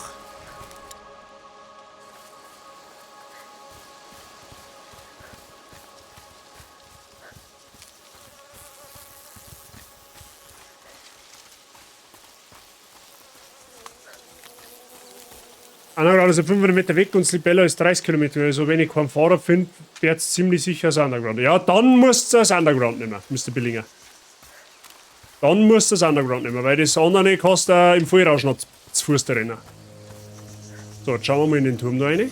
Freunde, ich weiß, dass jetzt wahrscheinlich bei Enk unter die Nägel juckt, wie es weitergeht mit dem Vogel. Mir juckt es ja selber, aber Looten gehört halt einfach gewissermaßen dazu. Ja, und Umschau.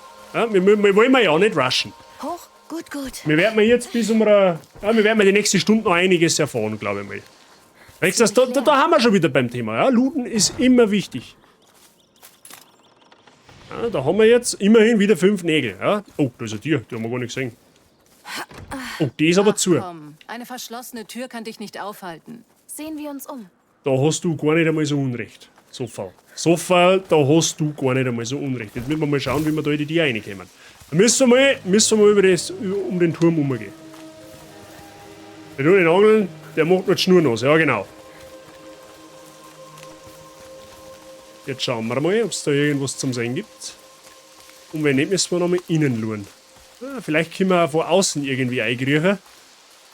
War ja nicht das erste Mal.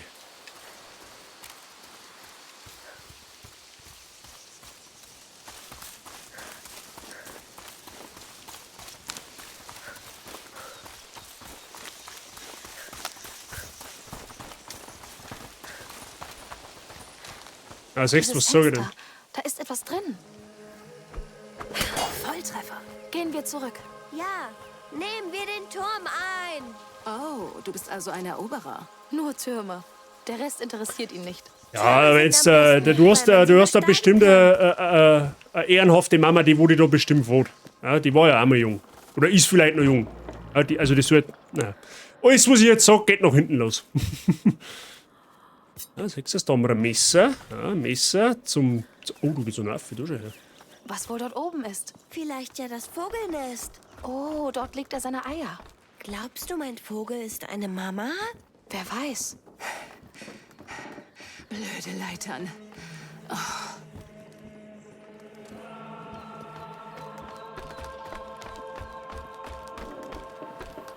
Ah, Werkbänger, Freunde, die hilft uns jetzt zwar noch nichts, aber... Wir sind fast oben. Na dann los. Hier kann man alles sehen. Hat sich gelohnt. Nette Aussicht. Komm näher. Jetzt kannst du dich wie ein Vogel fühlen, wenn er hier oben sitzt. Nicht wie irgendeiner. Wie ein Raubvogel. König der Vögel. Was siehst du? Ich sehe, wo ich jage. Und was jagst du? Würstchen. Weißt du, was Raubvögel noch machen? Sie kreischen. Bereit? Ja. Sophia kreischt auch mit. Stimmt's? Bin eine geborene Kreischerin. Auf 3. 1, 2, 3. Go!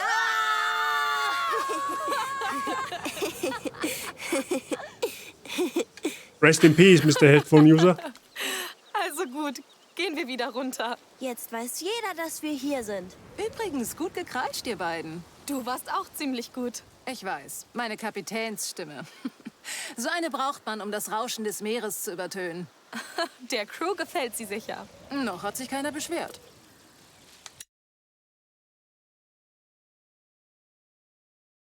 YFB, ich glaube, du bist da einer ganz prekären Sache auf einer heißen Spur. Wisst ihr, was ich eigentlich sag? Der Würstelgeier. Der Würstelgeier. Ja, der ist auch nicht schlecht. Aber wisst ihr, was ich eigentlich sag? So ist Jagdwurst entstanden. Denkt's mal drüber nach, wenn ihr das nächste Mal ins Kaufland geht und Jagdwurst zeigt. Aber jetzt an die Szene nur mal denken.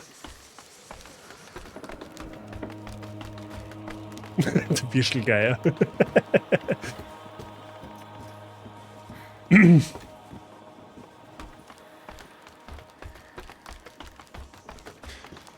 Gut, der Sei kriegt vor lauter Würstelbrot der Zeit in der Hosen, weil einer so hungert. Man kennt's.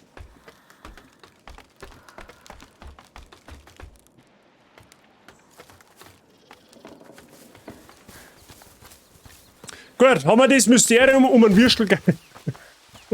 Mysterium um einen Würstelgeier haben wir dann somit auch geklärt. Jetzt können wir uns auch wieder aufs eigentliche konzentrieren. Jetzt gehen wir zu den Minen von Moria, oder wie sage ich jetzt das? Wie haben wir denn da jetzt wieder aufgekommen? Ah, da.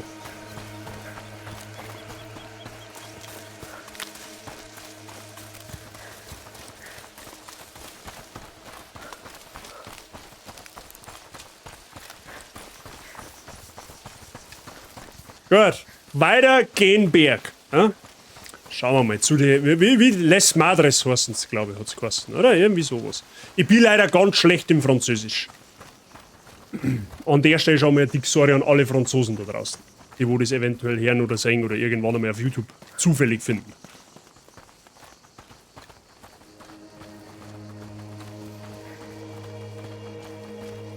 Es ist ja musikalisch verdammt gut untermalt.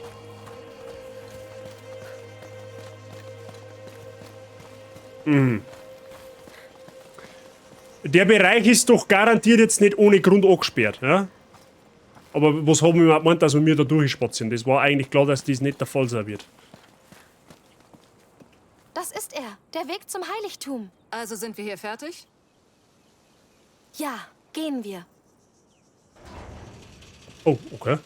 Das wird ziemlich anstrengend. Look at that booty, show me the booty, give me the booty, I want the booty. Ich kau nur ein Satz auf Französisch. Schaus audeblätische sei vü. Sich vor Lachen auf dem Boden wälzen. Auch nicht schlecht, Mr. Seitsching. Wie heißt du dir wieder 61?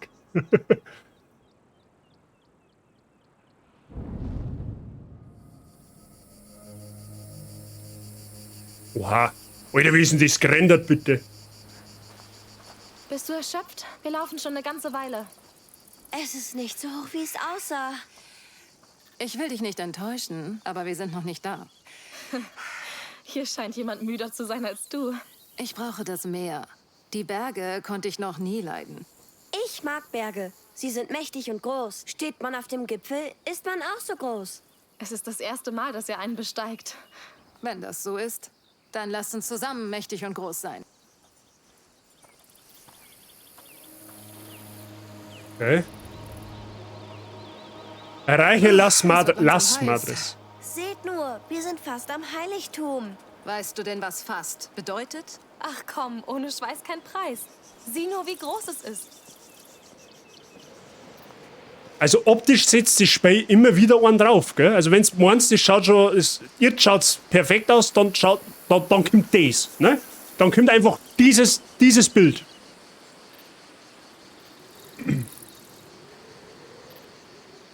Und der Bereich ist auch gesperrt, weil sie Eintritt verlangen. Ich bin dann gespannt, was der Tourismus, so, der Tourismusausflug kostet, wenn wir mal da hinten haben. Da hat es im ersten Teil, habe ich so eine ähnliche, wie sage ich denn, so eine ähnliche Situation gehabt, ne? Da haben wir in den Turm gekommen, ja, da wo es so verrenkt war, da hat's richtig gewedert, da ist einfach so ein verlassener Turm gewesen, wenn ihr euch noch erinnern könnt vielleicht, ja. Und da habe ich gesagt, das darf jetzt so brutal ins Beidel passen, ja, also rein optisch, wenn jetzt auf einmal ein Drache daherkommt. Ja. Das hat jetzt zwar absolut nichts mit dem Spiel zu tun, aber jetzt haben wir in derselben Situation. Man stelle sich einfach nur vor, wenn zwischen den zwei Gipfeln jetzt einfach ein riesiger Drache durchfliegen hat. Das darf jetzt absolut geil ins Beidel passen. Ins Beidel, nicht ins Spiel.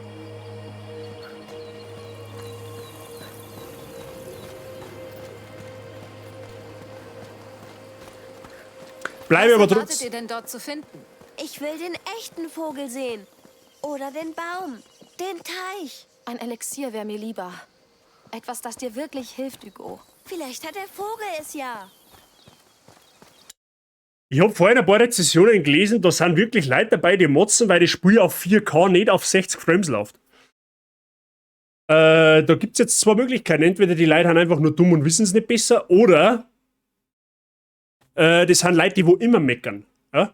Die traurige Wahrheit ist wahrscheinlich die, oder bin ich mir eigentlich ziemlich sicher, dass das die Wahrheit ist. Ja? Wenn jetzt der Mr. Angel ist ja ITler in dem Bereich, der kann mich da bestimmt berichtigen, wenn es denn nicht so sein sollte. Aber es gibt noch keinen humanen, bepreisten PC, der wo 4K auf 60 Frames schafft. Ja? Es gibt PCs, die schaffen das. Ja? Da kannst du aber gefühlt auch eine Wohnung kaufen dafür. Ja? Jetzt übertrieben gesagt. Ne? 4K 60 Frames ist leider aktuell noch nicht die gängige Technik. Ja? Es gibt 4K theoretisch schon, was weiß ich, 8, 9 Jahre, weiß ich nicht. Ja, aber das hat sich noch nicht durchgesetzt, weil die Anforderungen immens hoch sind. Ja? Wenn du halt 4K 60 Frames spielst, ne? Dann kannst, wenn es ein PC hergibt, dann kannst du das zwar spielen, aber dann braucht sonst nichts anderes nicht mehr laufen, weil dann hebt dir deine Kosten ab. Da bin ich mir hundertprozentig sicher. Excuse me, was war du kannst hier nichts machen, ohne dass ein Depp ums Eck kommt und schimpft. Richtig. Durch das, dass man der Angel jetzt nicht dagegen spricht, habe ich anscheinend ein Recht damit. Ja? 2K60 Frames konnte meiner schon, aber da bloß bei PC lauter als ein Eurofighter. 6 und genau da bei dem Thema haben wir. Mein PC ist jetzt auch nicht unbedingt der schlechteste. Ja? Wen es interessiert in meiner Bio, haben die ganzen Specs von meinem PC, die wichtigen. Ja? Der schafft einiges. Ja? Der schafft ja die Spiele ohne weiteres in der vollsten Auflösung. Ja? So, wenn ich jetzt aber in vollster Auflösung spielen darf, ich habe es noch nicht probiert, und das nebenbei Streamer, dann bin ich mir ziemlich sicher, dass ihr kein flüssiges Battle nicht mehr habt. Ja? Weil da einfach mein Prozessor dann irgendwann einmal macht. Oh, da ist Wasser. Wie kann er in dieser Hitze rennen? So sind Kinder. Er kann auch im Nu einschlafen. Ladies and Gentlemen, selbe Sache. If I see a Planschbecken, I mache Arschbomben. Ja? Schaut, dass das nicht geht. Sieht frisch aus. Ist es auch. Bergwasser, Genau, was beste ich Sache. brauch. Hey, Hugo, du hast etwas Dreck im Gesicht. Ich mach ihn weg. Wasserattacke! Hey! Gegenangriff. Für die Derun. Sehr schön. Ist gut, ich gebe auf. Für die Deruns. Du hast mich zu Tode durchnässt. Gewonnen! Ohne normaler unter 5000 kriegst du das nicht hin und einen zweiten 2000 Euro PC, der streamen übernimmt, so jetzt dann auch schon noch haben. So, dann reden wir jetzt einmal Kostenpunkt 7000 Euro, nur damit du den Luxus hast, dass du vielleicht in 4K 60 Frames streamen kannst. Ja? Da geht es jetzt nicht um Spiel, sondern da geht es auch noch um Streamer. Das machen die Großen. Ja? Die Großen machen das, ja, weil die haben die Kohle dafür. Und die machen das auch irgendwie gewerblich dann gelten. Ja? Die schreiben das ab, fertig. Ja? Könnt ihr auch da dann. Ja, abgesehen davon, ja, wenn ich jetzt du musst ja, wenn du streamst, musst du ja gewissermaßen ein Kleingewerbe anmelden, Kunde die anschreiben. Ja, aber da kriegst du halt auch nicht 1:1 das aus. Aber das ist jetzt auch anders das Thema. Das muss jeder selber wissen, für was ob er das Geld in die Hand nehmen möchte. Aber ich bin der Meinung, wenn ich schon auf dem PC spiele, dann mag ich nicht 60 Frames. Dann mag ich mindestens 120. Als Seefahrerin von Wasser besiegt? Er hat mich im Auge getroffen, klar? Das war Absicht. Ganz mein Bruder. Was für eine Familie. Gut gemacht, Hugo. Ich werde mich rächen. Ja. Das Heiligtum ist riesig. Ja, der Bau war kein Zuckerschlecken. Oh, ist das Blauschi? das sind so viele Amis hier. Hab keine Angst. Die fressen lieber ihre Olivenblätter als kleine Kinder. Ja, aber sie schreien. Ich bin hier. Sieh mal einer an. Unser wilder Krieger hat also Angst vor Ziegen. Das sind so viele. Wollt ihr zum Heiligtum des Sohnes? Ja. Dann kommt ihr leider zu spät. Die haben schon das Tor geschlossen für die Zeremonie. Zeremonie? Oh, der Kleine hier wollte unbedingt dabei sein. Naja, auf dem Ziegenpfad da an der Seite kommt ihr näher hin. Aber geht nicht zu nah ran. Der Graf und die Gräfin sind da oben und die Wachen sind nach all dem Ärger gestern nervös. Die mögen keine ungeladenen Gäste. Behalten wir im Hinterkopf. Danke. Ja, wir warten ja rein theoretisch geladene Gäste, oder? Hör bloß auf mit dem Abschreiben neben mir. Übrigens, wenn ihr Tramontane seht, dann schickt sie bitte hierher zurück. Sie ist eine meiner Ziegen. Werden wir. Dann viel Glück. Wehe, die greift uns an. Ach komm, das ist eine Ziege, kein Wolf. Aber sie schreien. Oh, das stimmt. Ja, stimmt. Beim letzten Mal hat eine Ziege ziemlich angeschrien, gell? Das Heiligtum wurde also abgeriegelt. So ein Pech. Andererseits riegelt man einen Ort nicht ab, wenn sich darin nichts Wichtiges befindet. Ja, das macht mich noch neugieriger. Hört mal. Ist das die Ziege, die er meinte? Tramontan. Ja. Bestimmt irgendwo da erinnert. Vielleicht ist ja, sie in dem muss so sein. Haus. Ja, das, dann der mal die Gas befreien. Ja, die kann ja auch nichts dafür.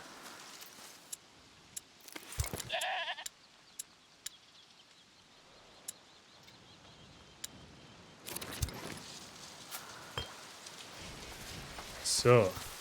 Da können wir jetzt wahrscheinlich noch ohne weiteres rein, oder? Abgeschlossen. Sollen wir ihr helfen? Dafür sind Helden da. Alle helfen mir. Vielleicht kommen wir woanders rein. Da ist sie. Da ist die Gas. Wir sollten dich zu deinem Besitzer bringen. Ziegen. Als Kind starrte ich ihnen stundenlang in die Augen. Ein Rätsel, was in ihren Köpfen vorgeht. Vielleicht bist du nicht bereit für ihre Weisheit. Let me see.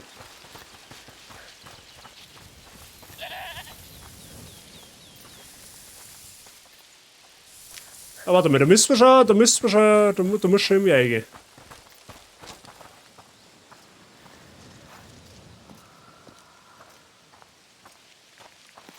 Da ist auf alle Fälle eine fette Truhe drin.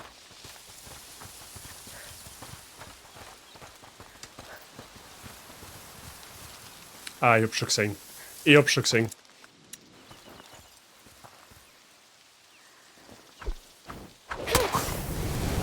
Oha, das wird langsam eine echte Rettungsmission.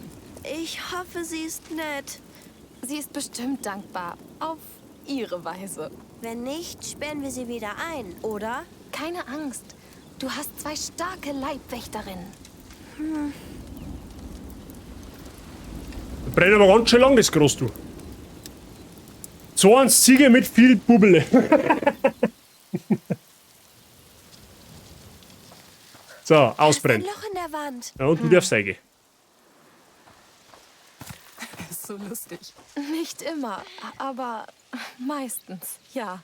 Ich öffne jetzt die Tür. Geh einen Schritt zurück.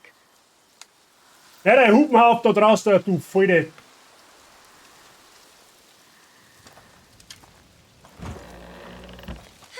Schnell, schnell.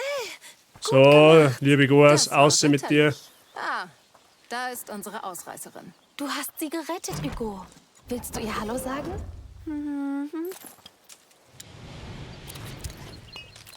So, wieder ein Werkzeug. Jetzt haben wir alle beieinander, die wir brauchen für die Armbrust. Jetzt gehen uns also nur noch die Nägel an. Ich begleite dich. Das Schwerste hast du geschafft. Erschreck sie nicht, dann passiert nichts. Was, wenn sie schreit? Schreien ist nicht beißen. Denk einfach dran, dass sie Laute von sich gibt. Ich versuch's. Siehst du? So einfach. Nicht alle schreien. Ja, sie ist lieb. Na gut. Hey, Flauschi. Angst überwunden. Jetzt will ich dieses Heiligtum sehen. Gehen wir? Ja. Let's fucking go. Dein Papa wartet auf dich. Sie bewegt sich nicht. Geduld. WTF? Sie Was entscheidet WTF? selbst. In Tramontan. deinem Traum kam keine Ziege vor, oder? Nein, aber ab jetzt vielleicht schon. Wer träumt nicht gern von Ziegen? Liebe Goas und drei dumme Buckte. Schauen wir mal, ob's was hast davon. Danke für die Opfergaben. Bitte verzeiht die Eile, aber die Zeremonie wird bald beginnen. Soldat. Oh, schon gut. Sorgt dafür, dass es keinen Ärger gibt. Ja, gestern hatten wir genug Gewalt. Der Sohn heißt das bestimmt nicht gut. Wir sind besonders vorsichtig, keine Sorge. Gut. Komm, Ruppler, vielen Dank, Anno. Das war zu erwarten. Den Arschtritt deines Lebens, das hast du davon. Ja, du möchtest das ja vielleicht verarschen. So, ne? Und Hem.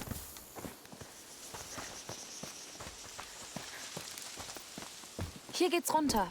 Ja. Was machen wir mit den letzten Opfergaben? Die bleiben erstmal hier. Wir bringen sie nach der Zeremonie. Vorsicht, die sind hier wohl gerne unter sich. Du hast deine Sperrzone betreten, bleib unentdeckt und töte keine Soldaten. Wir dürfen keine Soldaten töten. Ja? Wir dürfen Sneaky Peaky, Freunde der Sonne, haben wir Bock auf Sneaky Peaky? Ich glaub schon. Ich glaub, Sneaky Peaky, für das haben wir eigentlich da. Wenn's mich fragst. Wie kommen wir durchs Tor? Ja, durch die halt Darf sie wahrscheinlich. nicht angreifen. Die verhaften uns oder schlimmer. Ich habe einen Trick. Dieses Prisma bündelt das Sonnenlicht. Es kann hohes Gras anbrennen. Der Rauch lenkt die Wachen ab. Wow. Dann los. Sag mir, wo die Wache hingehen soll. Nur hohes Gras. Der Sohn weiß es. Sophia kann Gegner ins hohe Gras locken. Halte LB gedrückt, ziele dann aufs hohe Gras und drücke Y für ein Ablenkungsmanöver. Ja, dann da ich jetzt einmal, das Tor ist dahinter. Ja? Das heißt, der Aluhut, der freundliche Aluhutträger, da, ja, Stealth, genau. Der freundliche Aluhutträger, den werden wir jetzt einmal galant dahinter schicken, damit wir mir da umgehen können. Ja, so Fall, ich hab das schon verstanden. Jetzt chillst du erst einmal. Beziehungsweise gibt's da Loot? Das war die eigentliche Frage. Gibt's da Loot? Weiß ich nicht. Wird man schon sehen, wenn es da Loot gibt. Okay.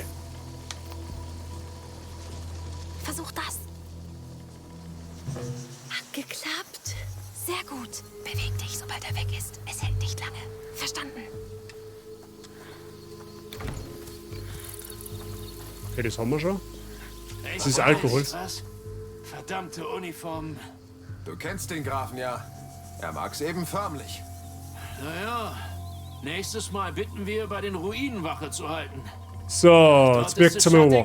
Und ich könnte endlich mal die Prozession sehen. Da hinten war eine fette Truhe, das sollten wir uns eigentlich schon fast holen. Die Frage ist, wie können wir jetzt da hin, ohne dass uns der da sagt. Das können wir aber schaffen, doch, weil wenn der da knirren bleibt, dann müssen wir da zwei gleichzeitig. Jetzt ist die Frage, sollte mir der da hinter, der wo dort beim Baum steht, den wo wir gerade angelenkt haben, oder nicht? Ich glaube, ich bin jetzt einmal zuversichtlich und sage, dass er uns nicht zeigt. der da ist mit seiner, was er immer da beschäftigt. Das heißt, es ging nur um die Wache da, die wo wir dann theoretisch da umschicken könnten. Sophia, dein Trick würde hier helfen. Zeit, etwas Gras zu verbrennen.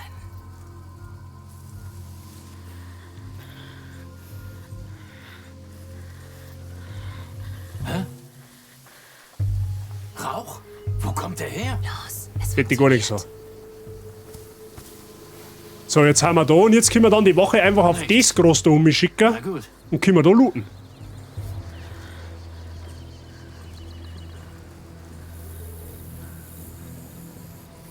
Dreht sich der auch wieder um? Dein Prisma wäre hilfreich, Sophia. Das brennt schnell. Hey. Rauch. Viel zu einfach. Nice. Jetzt müssen wir aber leider nur mal warten, weil das schafft verzeihlich sonst jetzt nicht. Sonst hätte er uns nämlich jetzt erwischt. Das heißt, wir werden das Groß jetzt dann einfach nur mal ansenden. Dann geht er nur mal da hin, hoffentlich. Beziehungsweise kann man auch das ansenden, war da eigentlich wurscht. Ja, kann man eigentlich auch das nehmen, tatsächlich. Ja, können wir auch das nehmen. Sophia, benutzt dein Prisma bitte. Zeit, etwas Gras zu verbrennen. Wir haben hier Unruhestifter. Augen auf, Männer. Da wollen wir mit uns spielen. Augen auf! Findet ihn! Das ist die Tür, schnell jetzt. Schade, hat er uns entdeckt. Ja, wahrscheinlich haben wir... Ja, man kann die Wache wahrscheinlich nicht zweimal hintereinander ablenken. Das kann natürlich möglich sein. Aber da waren außer 5 Nägel war nichts in der Kiste drin. Ich hätte gemeint, dass wir da vielleicht noch... irgendein Werkzeug finden. Jetzt ist halt die Frage... Jetzt schick ihn einfach nur mal da um mich. Weil vielleicht hat er uns einfach nur gesehen, weil Sophia recht weit da gestanden ist. Das kann natürlich sein. Sophia, dein Trick würde hier helfen. Fangen wir das Licht ein. Hä? Wir haben ungebetene Gäste. Fangt an zu suchen. Ihr versteckt euch. Ich bin sicher, da ist jemand. Findet ihn. ab! Los, es funktioniert. Fangt an zu suchen. Das ist schlecht. Da ist die Tür, schnell jetzt. So, jetzt Oh fuck, jetzt habe ich Abschnitt einladen da. Fuck! Wollte jetzt eigentlich nicht. Ja, aber gut, mei, macht nichts. Jetzt wissen wir einfach auf alle Fälle, dass der Loot, den was da gibt, jetzt eigentlich nicht so unbedingt relevant war. Wie kommen wir durchs Tor? Das heißt, wir tun uns jetzt da leichter. Bei der Kiste da hinten ist außer 5 Nägel nichts drin. Auf die 5 Nägel können wir tatsächlich verzichten. Und ansonsten gibt es auch nicht wirklich was zum Holen. Das heißt, wir können jetzt da einfach ganz easy durchmarschieren. Dann los. Sag mir, wo die Wache hingehen soll. Nur hohes Gras. Der Sohn weiß es.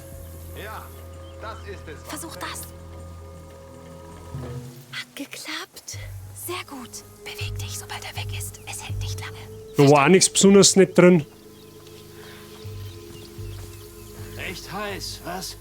Verdammt. Alles sauber. So, jetzt können wir eher mehr Stroh herschicken.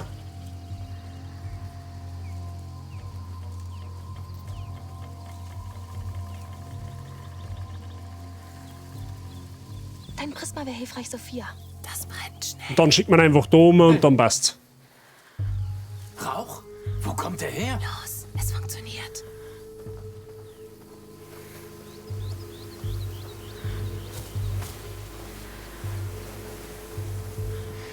Gut. Falscher Alarm.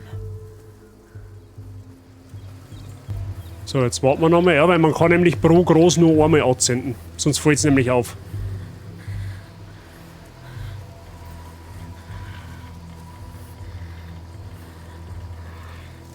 Sophia, dein Trick würde hier helfen. Fangen wir das Licht ein. Hä?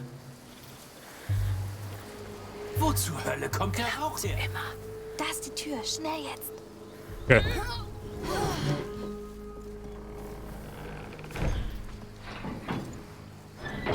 Okay, nice. Das Prisma ist magisch. Ja, aber wir sind noch nicht da. Dafür nehmen wir den Loot da mit. Da ist zwar wieder nur Alkohol drin, weil seht ihr, was wir da an Stuff bereits haben. Ja, also hätte uns jetzt sowieso nicht wirklich viel weitergeholfen. Und wie gesagt, die 5 Nägel. Gut, die 5 Nägel finden wir auch noch anderweitig irgendwann. Ja? gehen uns noch 35 ab. Und das kriegen wir schon noch irgendwie.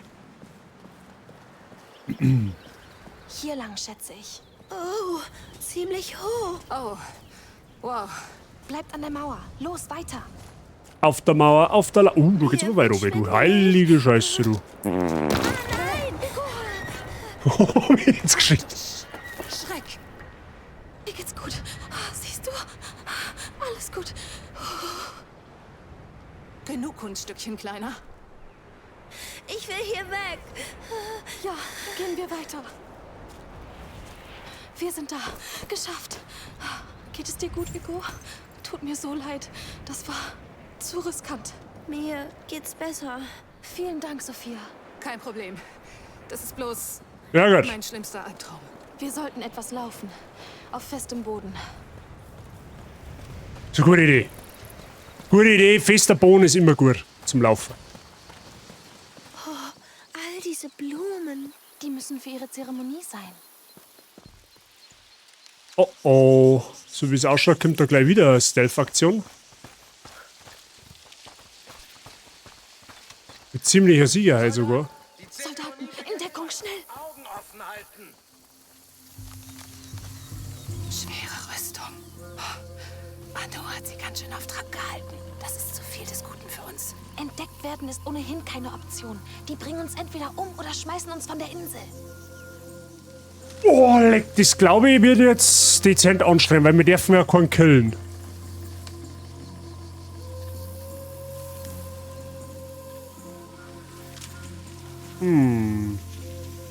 So irgendwo Ablenkungsmanöver ist die Frage. Außer mit dem Prisma jetzt, meine ich. Ganz schön viele Wachen für eine Zeremonie. So sehen die meisten Orte aus, nachdem Anu dort gewesen ist. Er ist weder die Zeit noch das Vertrauen wert. Er war nicht immer so. Sagt er uns? Waren da noch mehr von Anus Leuten? Glaube nicht.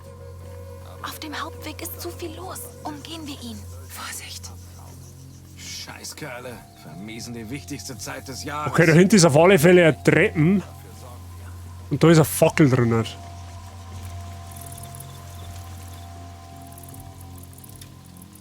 Jetzt ist halt die Frage. Können wir mir da hinten umschleichen? Ach, da schon. Aha!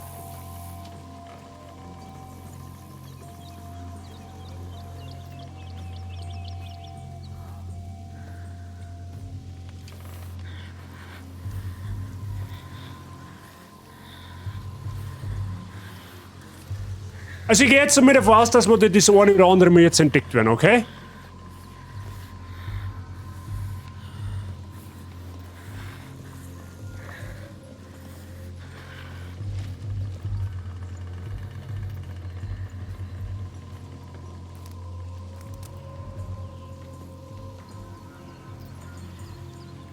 Bleibt er jetzt da stehen, oder was?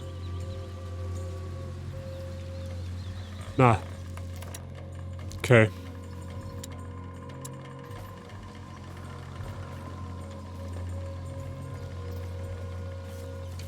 Ich bin jetzt gierig, ich bin jetzt extrem gierig. Hast du während deines Besuchs etwas über den Orden erfahren? Nein, nur über den Sohn, die Mutter und den Vater. Schwede, okay. Weil er zu alt ist. Vielleicht. Okay. Das war clean. Mal umschauen, ob da Wache ist. Okay, nice.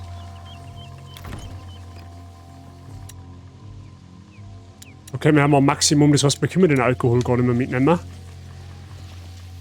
Aber macht nichts, da hinten ist auch noch eine Kiste. Oh, da ist auch eine Wache. Haben wir da Ablenkungsmanöver, ist die Frage. Jetzt pass auf. Gehen wir mal auf die andere Seite um.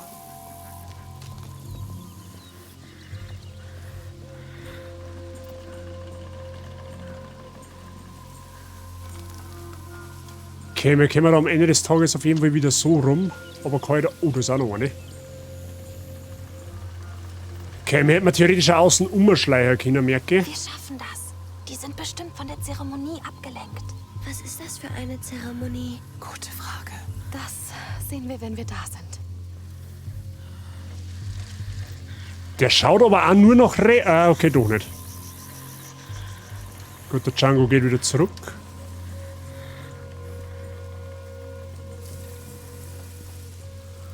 Dein Prisma wäre hilfreich, Sophia. Zeit, etwas Gras zu verbrennen.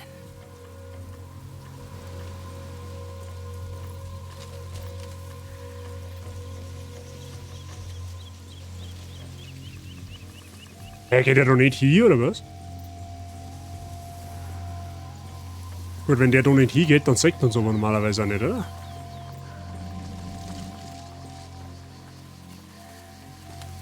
Tatsächlich. Dann ist der relativ easy.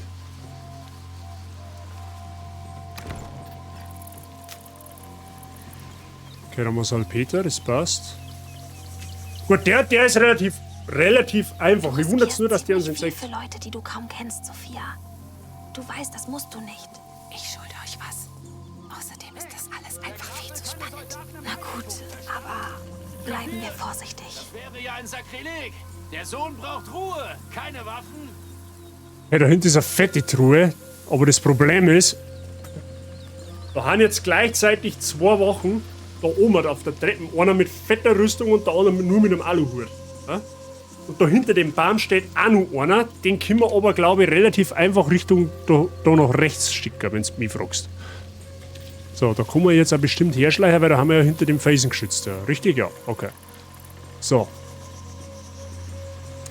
Der Aluhut sag ich schon, der mit Vollmontur, der geht auf und an.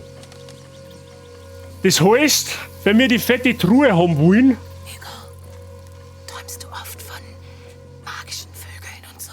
dann müssen wir müssen wir gewissermaßen 2 Wochen gleichzeitig anlenken. Fühlt sich echt an. Dann war es richtig, ihn zu folgen. Wobei ich glaube, dass uns der da oben nicht einmal sagt, wenn wir die Truhe looten. Der, wo jetzt da steht.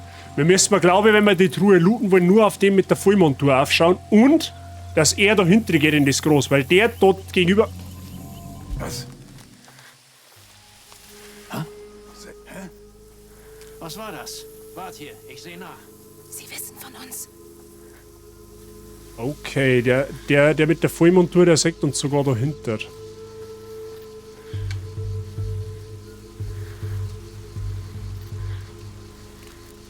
Kein Grund zur Sorge. Ui, das war knapp.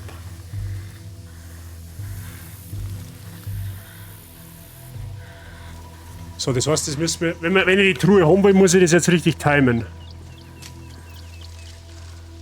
Wir müssen warten, bis er da hinten oben ist. Und müssen wir eher in das Groß da rechts schicken. Weil ich glaube, dass der wo da unten umeinander steht, dass der uns gar nicht zeigt. Weil der schaut nicht einmal her. Also ich kann mir das nicht vorstellen. Es kann jetzt massivst in die Hosen gehen, aber try and error. Ja, wissen wir ja bei dem Spiel. So, und jetzt warten wir einfach.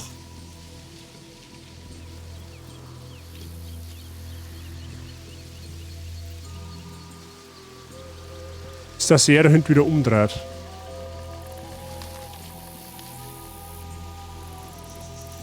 Sophia, dein Trick würde hier helfen. Das brennt schnell. Rauch? Was ist hier los? Immer.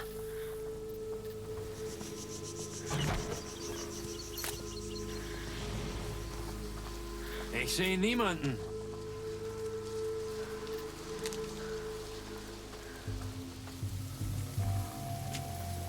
Okay. Gut, da hinten selbst mit Nägeln, das ist gut. Mit Rüstung, da können wir ihn da dann ablenken. Da müssen wir dann rein theoretisch auch wieder noch warten, bis er da hinten steht. Oder fast schon hinten steht.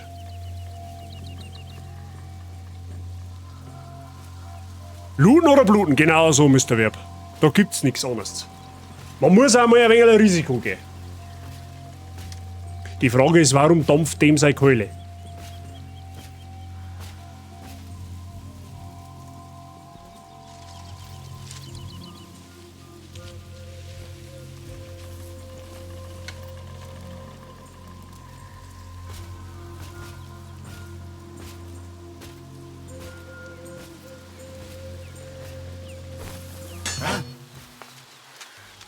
Ja, gehört?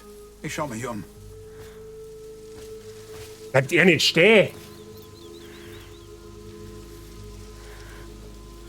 Tja, Männer, da war nichts.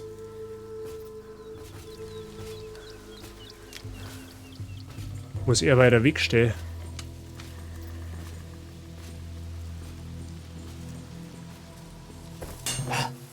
Tatsächlich, er muss weiter wegstehen.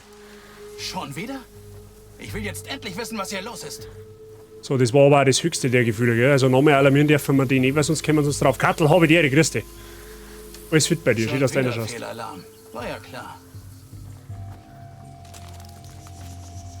Das war knapp.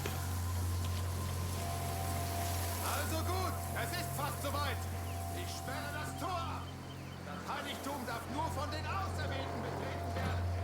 So viel zu unserem Besuch. Möge die Stimme der Mutter den Sohn erreichen. Nein, nein, wir waren so nah dran. Da hinten ist ein kaputter Turm. Können wir da hochklettern? Ich glaube, es gibt doch Treppen. Könnte ein verlassener Zugang sein. Gut gesehen. Versuchen wir es. Ja, natürlich, das ist super. Das ist ganz toll. Warum wir durch die Eingangstür durchgehen müssen. Ja, toll, okay, es wird gerade nicht einfacher. Ah, jetzt passt's auf, wie kriegen wir denn den jetzt da geregelt? Da brauchen wir einen Topf. Warte, Moment mal, da ist eine Fackel. Die Frage ist, wird der abgelenkt, wenn wir die Fackel anzünden? Ich glaube schon fast. Das probieren wir jetzt aus. Natürlich erst, wenn der Bigfoot da hinten weg ist. Ja, weil der ist nämlich schon einmal alarmiert. Das heißt, der zweite Mal später uns da wahrscheinlich nicht mit. Und da oben geht auch noch einmal so ein Bonzo umeinander.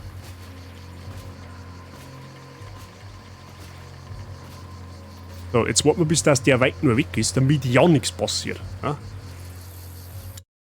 ja, ist fit, hab gerade noch meine Trinkflaschen für morgen fertig gemacht, bevor ich dann morgen 10 Minuten wäre. Also, ja, Vorbereitung ist halber die Leben, Kattel. Aber gefreut mich, dass der an und für sich gut geht. Tatsächlich, der wird sogar durchs Feuer angelenkt. Was ist das? Kontrolliere ich lieber mal. Ja, genau, kontrollier du mal das Feuer. Ja, Feuer ist Licht und Licht ist gut. Ja, du darfst den einen oder anderen Kopf nicht schlecht tun. Falscher Alarm. So, was haben wir da jetzt? Aha, da hinten ist eine Kiste mit Rüstung und da hinten ist ein Tier. Das Tier wird aber irrelevant sein. Aber wir müssen da wahrscheinlich auf. Ja gut, das kann jetzt, da haben wir wieder soweit, das kann jetzt entweder gut laufen oder in die Hosen gehen. Eins von beiden. Ja, irgendwas dazwischen gibt's nicht. Da müssen wir mal warten. Hey, komm mit hoch. Dann kann man sogar blenden.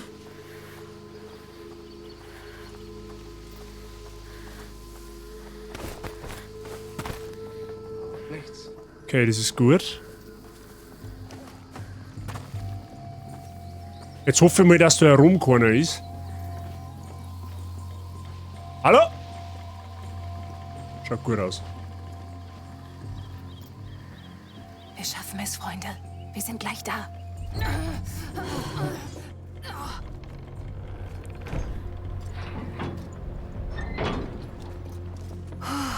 Ja. Wie geht's dir, Hugo? Wir müssen nach oben, aber ich weiß, dass da unten bis hier auch noch einen Look gibt. Ich bin mir sicher, dass im Berg Oder was Werkbank. ist. Werkbank nehmen wir. Ich spür's auch.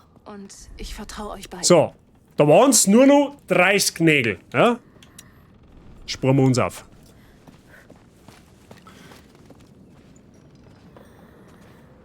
Hast du so eine riesen Trinkflaschen gönnt?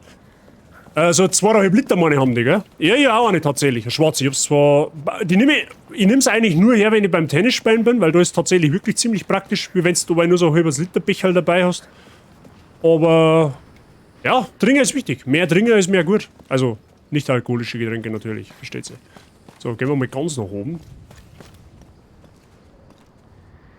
Da sollen wir wahrscheinlich lang, oder wie sehe ich das? Da hinten haben 2 Wachen. Hoch.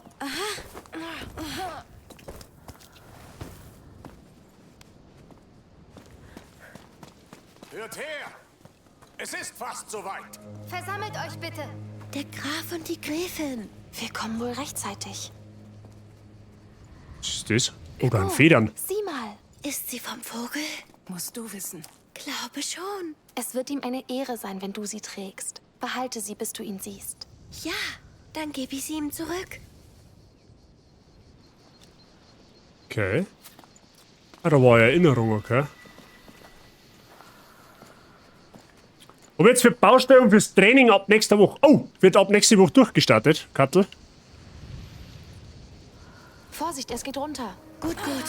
Auf einige Nachzügler. Kommt in der Zwischenzeit ruhig näher. Nachzügler, das sind wohl wir. Was sollen wir jetzt tun? Wir überlegen uns was.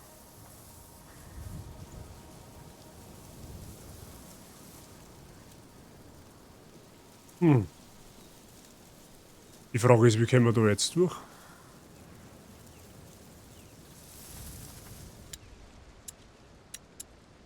Topf ist.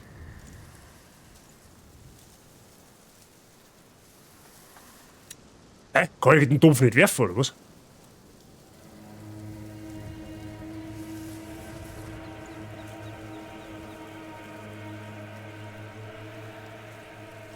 Bin mir jetzt nicht sicher, ob ich jetzt einfach aufstehen darf.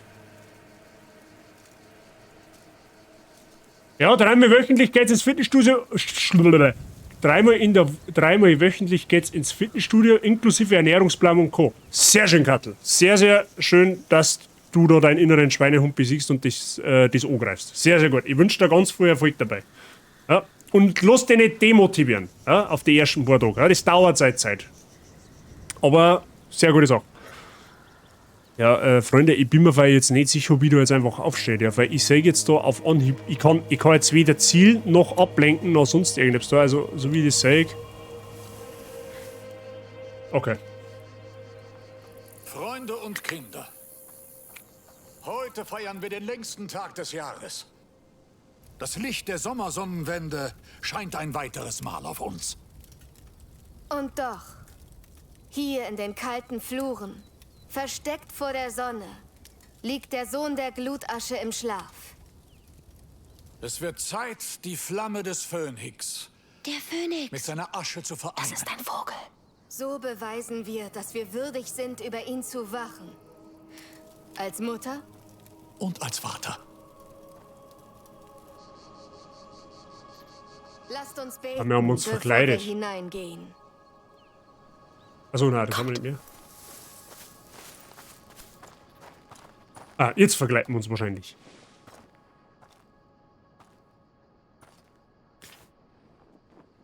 Was denkt ihr? Zauberhaft. Gewagt, aber glaubhaft. Hey, verkleiden wir uns?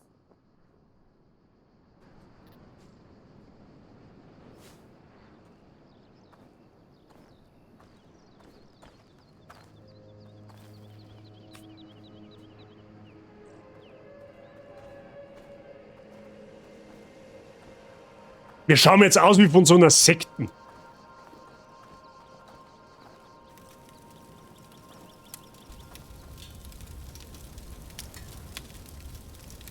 Wir könnten mal Magier sein. Öffnet Herz und Geist, denn nun erzählen wir seine Geschichte. Damit sie nie in Vergessenheit gerät. Was sollen wir machen? Wenn wir dran sind, folgen wir ihnen und tun, was sie sagen.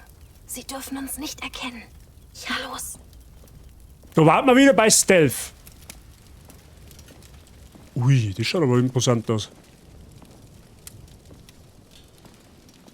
Wow. Amicia, sieh mal da oben. Das Symbol des Ordens. Dieser Ort gehört also ihnen? Vor langer Zeit kam in diesem Lande ein Kind zur Welt. Die Sonne segnete sein Herz und vererbte ihm die alles beherrschende Flamme. Der Sohn des Feuers ward geboren. Was? Seine Flamme erhellte die Welt. Er segnete sie mit seinem Duft, seinem Lachen, seiner Freude. Ausgerechnet Lacuna war seine Heimat. Ein lebendiges, friedliches Land. Ein Ort der Heilung, der Entfaltung. Lacuna wurde zur Wiege des Lichts. Doch Licht zieht das Böse an. Und das Böse kennt keine Gnade. Kommt. Ein Kind auf einem Thron, in einem Ordenstempel. Das ist der Sohn der Glutasche.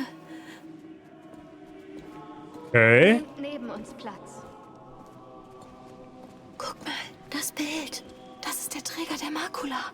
Dieses Gemälde war Ich hab's so gewusst. das Labor. Knie bitte nieder. Das Böse fand den Sohn in eben jenen Hallen. Es zehrte von seiner Flamme, schwächte sie. Tiefschwarze Narben zeichneten seine Haut. Die Wärme seiner Mutter erlosch. So schwand sein Licht beinahe vollständig. Und aus dem Sohn des Feuers wurde der Sohn der Glutasche. Gott. Dunkle Zeiten brachen an. Er wurde vergessen, doch nicht von uns. Diese Flamme ist der letzte Funken seines Lichts. Unsere Hoffnung. Und nun werden eine Frau und ein Kind sie durch die Nacht tragen.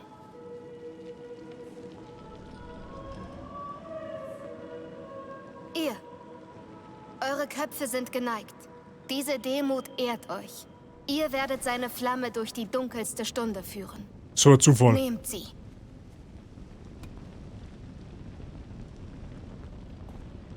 Ihr werdet in seine Fußstapfen treten, die Kälte unter der Haut spüren und in der Finsternis versinken.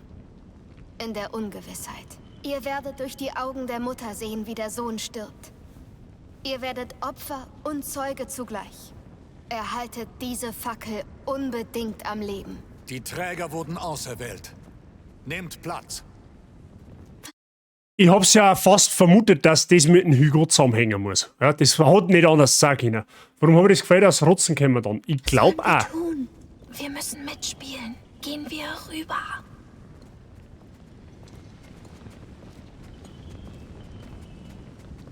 Geht und bringt ihm das Licht. Vieles steht auf dem Spiel. Ja, dann gehen wir heute mit rein.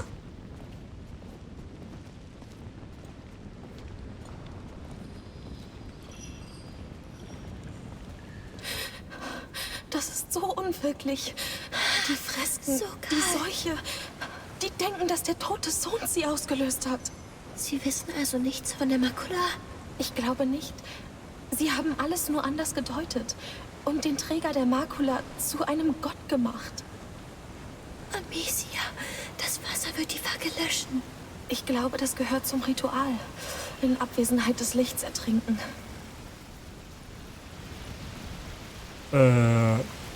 Ja gut, aber wenn du das sagst, auf deine Verantwortung. Hier ist kalt. Geschafft. Es wird gleich wieder warm. Es war furchtbar.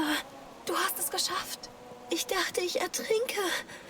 Ganz ruhig. Jetzt ist alles gut. Nein, ich habe Angst. Geh weiter. Ich bin bei dir. Er ist so finster. Das Böse gewinnt. Jahrhunderte vergehen. Uns erwarten Hungersnot, Krieg und Pest. Er träumt von erneutem Feuer. Mir ist kalt. Ihr Ich seid habe zurück Angst. und eure Fackel ist weg. Ihr seid nicht mehr allein. Der Sohn muss seine Mutter wiedersehen. Seine Glut leuchtet im Dunkeln. Ich bin die Mutter, die ihn empfängt. Übergebt sie mir. Gut gemacht. Der Sohn muss wieder aufstehen.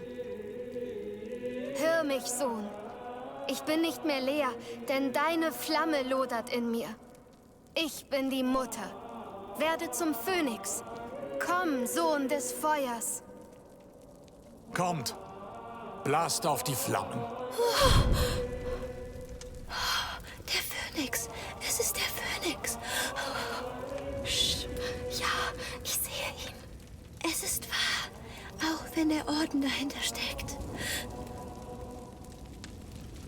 Möge die Brise des Lebens seine Flamme entzünden. Hallo, ich bin's. Sophia, kommt. Ich habe da hinten einen Durchgang entdeckt. Jetzt oder nie? Möge die Brise des Lebens seine Flamme entzünden. Möge die Brise des Lebens Okay. Sie werden merken, dass wir weg sind. Erstmal nicht. Wir sehen alle gleich aus. Gibt's da Loot, ist die Frage.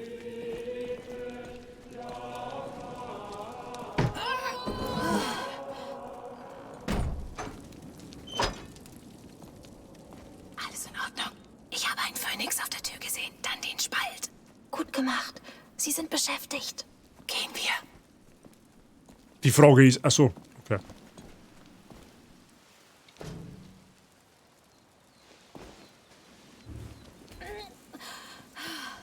Jetzt gibt's bestimmt gleich Ärger.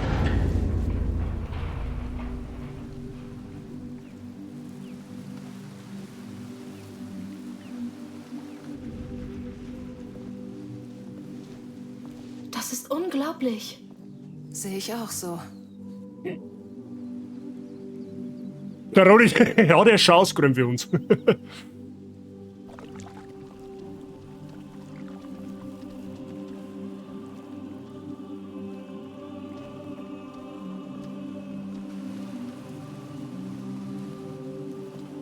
Team Rocket wo? Es darf nicht ins Beil Ein passen. Kinderthron. Er lebte hier. Der Sohn der Glutasche? Den Sohn der Glutasche gibt es nicht. Ich erzählte doch vom Orden. Dieser Ort gehört ihnen. Und das Kind auf den Gemälden ist der Träger der Prima Macula. Die Prima Macula. Wird ja immer besser. Die Alchemisten nennen sie das erste Übel. Hugo trug sie bereits als Baby in sich. Und sie wächst nun in ihm. Und tötet ihn? Darum geht es an diesem Ort. Die Ankunft des Trägers der Macula. Der Orden versammelt sich um ihn, studiert ihn. Sie versuchen, die Lösung zu finden. Und die Ratten... Lass mich raten. Krieg, Tod, Krankheit und Hunger. Nicht nur das. Die Ratten sind... Egal, sie liegen alle falsch. Es gibt keinen Sohn der Glutasche. Keiner kommt und rettet die Welt. Sie erfanden dies nur und fütterten damit die Hoffnungen. Hört sich für mich nach einer verrückten Fantasie an. Ein Teil davon ist wahr. Der Teil, der ihn retten wird. Der einzige, der für mich zählt. Steht irgendetwas? Basil und Elia.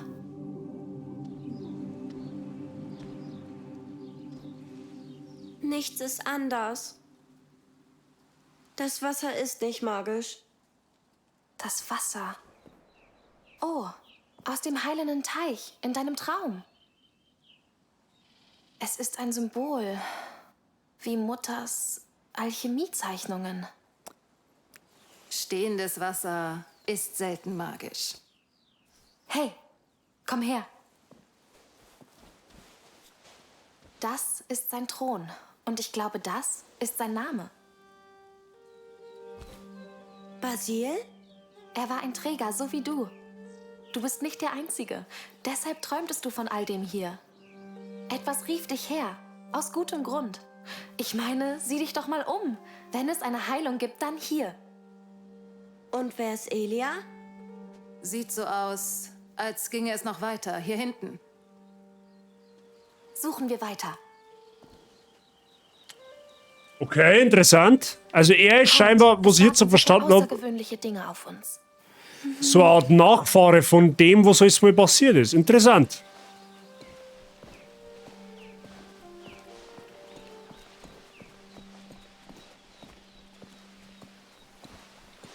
Mich wundert es aber gerade, dass noch immer keiner gekommen ist, aber das kommt wahrscheinlich noch.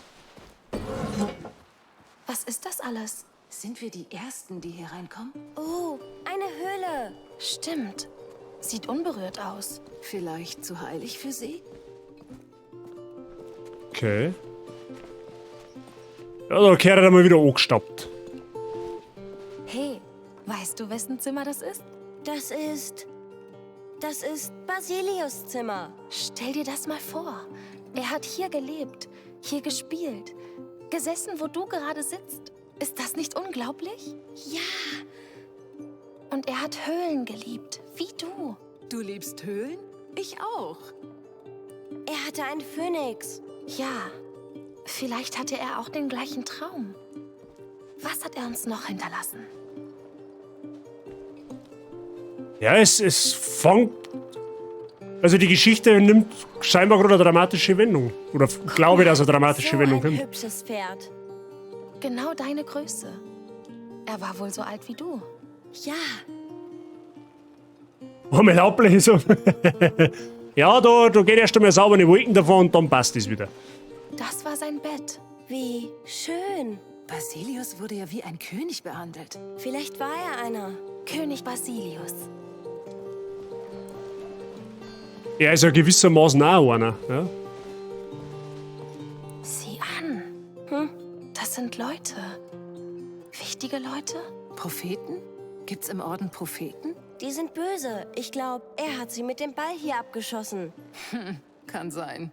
Jungs halt. Ich mag das Spiel auch.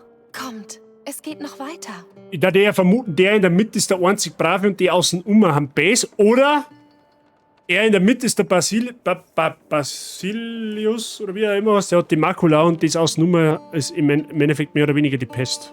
Wie auch immer. Oh, geht so weiter. Zimmer eines Kriegers. Nicht irgendein Krieger. Seht euch die Form der Rüstung an. Ja. Was ist damit? Sie gehört einer Frau. Oh, Elia. Das ist ihr Zimmer, natürlich. Sie war seine Beschützerin. Beschützerin. Oder Die Frau. Leibwache des Trägers. So wie ich für Hugo. Sie schien stark. Okay, im Endeffekt scheint sie da jetzt Geschichte zum Wiederholen, oder wie sage ich das? Schwerter und Speere. Wow, seht euch mal die Axt an. Ob die jemals benutzt wurden? Eher nicht. Der Träger sollte hier von der Welt abgeschirmt werden. Kostbare kleine Wesen. Genau wie der Hugo. Seht mal, Wachstafeln. Da ist was eingeritzt. Er hat sie gezeichnet. Und hier, ein Bild von den beiden. Er hat sie geliebt. Genau. Seijing. Sie haben wohl viel Zeit zusammen verbracht. Genau so Genau wird das zusammenhängen. Das ist so seltsam. Ja. Sehen wir uns weiter um. Da wiederholt sie massivst die ganze Geschichte. Mehr oder weniger. Spielzeuge. Er war hier, um mit ihr zu spielen. Und sie hat mitgemacht. Sie war eine vorzügliche Ritterin. Ich hätte sie gern kennengelernt. Das werden wir wahrscheinlich auch noch mit Illusionen oder so weiter. Kann man zumindest vorstellen. Das ist verrückt. Kommt mir vor, als würde ich sie kennen. Als wäre Basil mein Freund. Ich weiß, was du meinst. Oh, sieh mal. Dieser Vogel wieder. Diese Form, das ist das Ordenssymbol.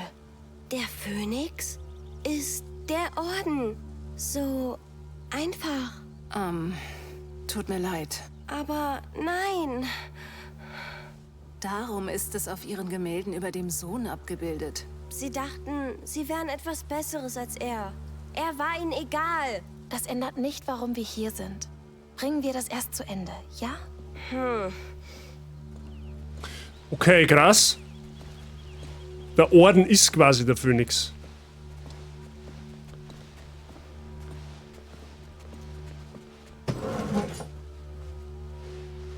Ich fasse es nicht. Was ist das jetzt? Ein Alchemielabor. Können wir wieder gehen?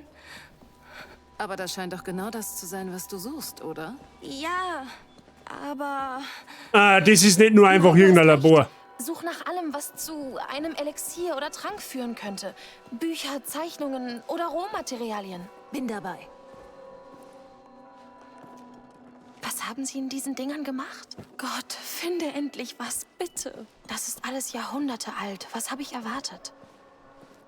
Wann ist Phönix Harry Potter? Lea. Nein, was zur Hölle? Hey, leiser. Wir finden schon was. Oh, so ein Mist. Lukas wüsste es. Bestimmt. Das ist alles so nutzlos. Bitte, ich brauche irgendwas.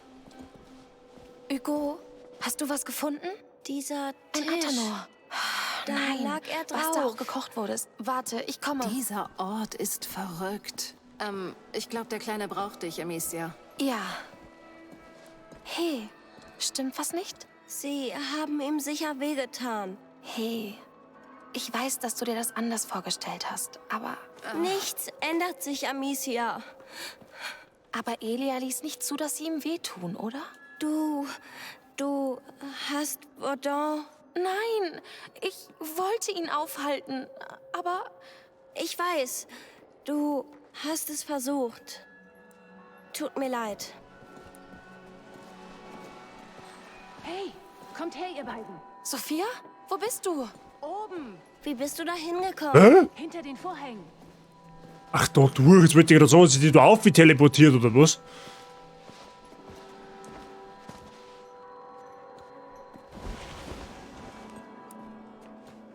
Na los, Hugo.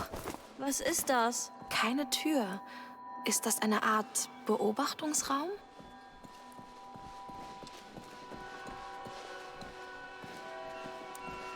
Interesting.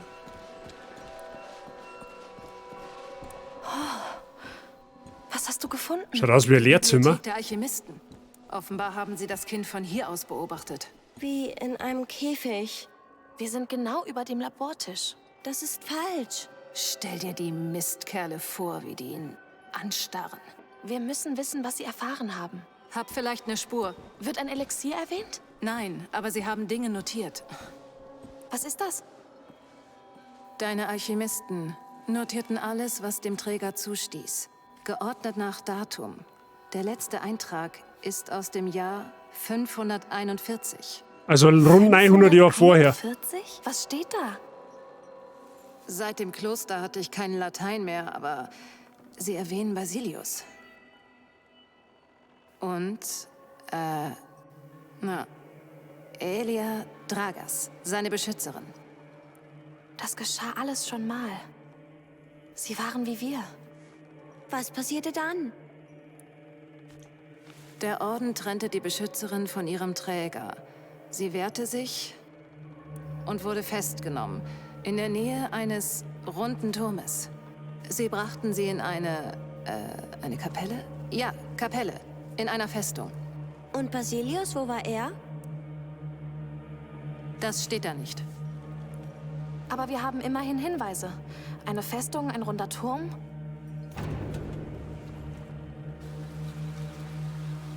Sie kommen. Wären sie hergekommen dann? Ja, wir hatten Glück. Schnell weg.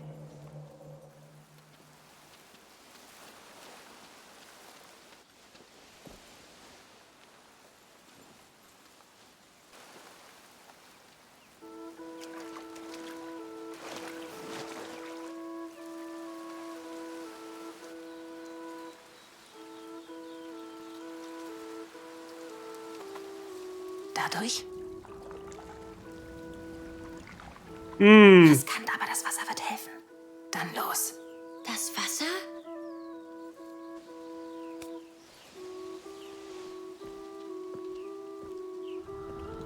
Darf natürlich wieder nicht gesehen werden. Wohl 118 sind. Vorsicht, nicht fallen.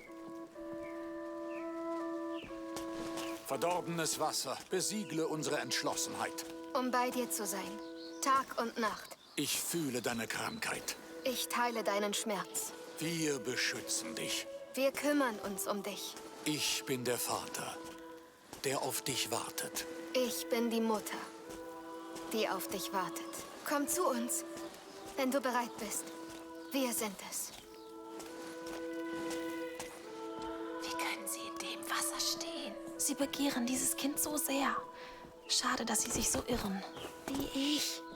Sie wissen noch nicht, dass sie sich irren. Sie werden traurig sein. Hugo, das, wovon du geträumt hast, gibt es wirklich. Du wusstest nur nicht, was es bedeutet. Doch, dass alles einfach wird und schön. Das heißt nicht, dass es nicht besser wird. Bist du sicher? Dein Traum hat uns eine andere Wahrheit gezeigt. Wir können sie nutzen, um alles zu verändern. Mag sein.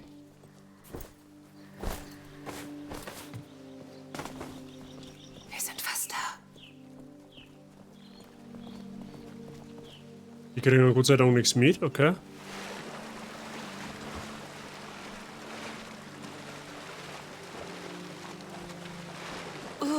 Das ist aussehen. Schmackig. Erst war er gruselig, aber dann kamen die Blumen. Erzähl uns mehr davon. Ja, jetzt können wir dann trotzen. Och, so gut. Seine Äste waren wie Haare. Er sah freundlich aus. Was noch? Das Wasser fühlte sich an, als bekäme es alles sauber. Mhm. Nicht wie das hier. Wie schön, Hugo. Verdammt schön. Und wo geht's jetzt weiter? Da haben wir Kämmer. Ach, geht's da um, oder was? Ah. Super, durch die Kanalisation. Das ist toll. Das ist zauberhaft. Das ist Name.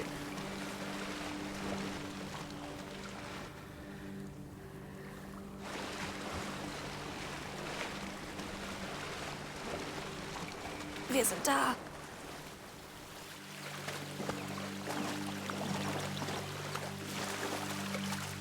Jetzt noch Underground. Hauptsache Furt, Mr. Billinger. Das war... Verbring mal eine Woche mit meiner Crew. Erst dann weißt du, was Gestank bedeutet. Das eben reicht mir. Suchen wir diese Festung. Hugo? Da war keine Festung in meinem Traum. Mag sein, aber dein Traum hat uns hierher gebracht. Was wir nun alles wissen. Fehlt uns nur noch der Rest. Willst du nicht wissen, was mit Elia geschehen ist? Und mit deinen Vorfahren?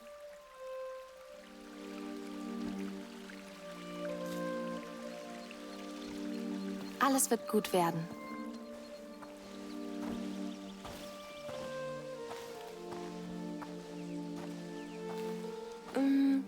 Können wir diese Stinkekleider ausziehen? Ja, das sollten wir. Mach dich nackig. Was? Okay, nice. Kapitel 10, Blutlinie.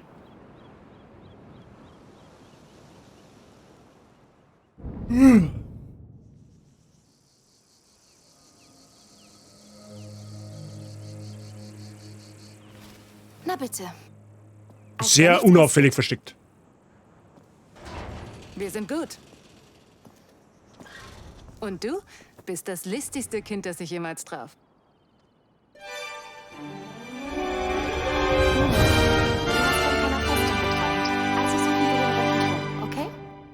Na gut. Und Ja, daher der Fido, Alter. Moment, ich bin gleich so weit. Wir haben ja gerade in einer Cutscene. Der Fido, Alter. Merci dir für dein Raid. Willkommen an dich und deine, Community. Wir waren in Stream. Ich habe gar nicht gewusst, dass du streamst. Sehr gut. Sauer, muss ich da direkt einmal reinluren. Leute, schaut mal beim der Fido wieder vorbei. Schaut da das im Chat. Gerne mal ein Däumchen da lassen. Ja, ihr wisst es, Support ist bekanntermaßen auch kein Mord, nicht? Ist nur jetzt gerade ein bisschen bitter, weil wir haben auch am Ende. Der Sascha, ich bin mir nicht sicher, wie ich es ausspreche, also im ersten für dein Following, habe ich dir. Ich hoffe, es geht's gut. Wir wollen kein Stream, was hat es denn bei euch heute überhaupt gegeben? Gespielt FIFA 23. Aue. Ich gehe jetzt mal davon aus, es war nicht nur Pack-Opening, oder? Es war schon quasi Content auf dem grünen Rasen. Sascha, passt? Tag auch. Passt. Okay, Mr. Sascha, merci dir. Ich hoffe, bei dir ist alles gut. Hab wach bleiben müssen, drum ein wenig FIFA-Geschmarri. FIFA-Geschmarri, sehr gut. Ich hab zwar noch nie FIFA gespielt, ja, aber wichtig ist natürlich, dass der Spaß im Vordergrund steht. Ja, und das hat es wahrscheinlich auch gemacht. So, Leidels, was soll ich denn sagen? Ja, was soll ich denn jetzt sagen? Ich muss ein gleich sagen, dass wir an der Stelle einen Cut setzen. Ja? Das ist der perfekte Cut. Ja? Wir haben jetzt ein bisschen was erfahren über den Phönix, wo er ist, das ist scheinbar der Orden. Wir haben ein wenig etwas erfahren über die ganze Plage und die ganze Geschichte, wie das alles sehr wenig zusammenhängt, dass sich die Geschichte scheinbar 900 Jahre später wieder wiederholt. Ja? Und was mit der Festung auf sich hat oder halt auch nicht, oder wie es generell weitergeht, ja, da sind wir gespannt drauf, da geht es beim nächsten Mal dann weiter. Ja? Zum 6. Stream dann, glaube ich. Das müsste halt heute der 5. gewesen sein. Weiß ich nicht mehr. Auch völlig wurscht. Auf alle Fälle hoffe ich, dass es Ihnen gefallen hat. Hat es Ihnen gefallen? Hat es Ihnen gefallen? Ich glaube schon, oder? Dann geht es halt weiter zum nächsten. Das tut der wir uns eh nicht runter, der Feier wieder. Ich werde noch deinen Channel mal auschecken, ganz ehrlich, ich habe nicht gewusst, dass du streamst. Ja? Da werde ich noch im Stream mal reinschauen, was du da so betreibst, ja? In deiner Freizeit, im Internet. So, jetzt passt auf, jetzt machen wir erst einmal Musik an.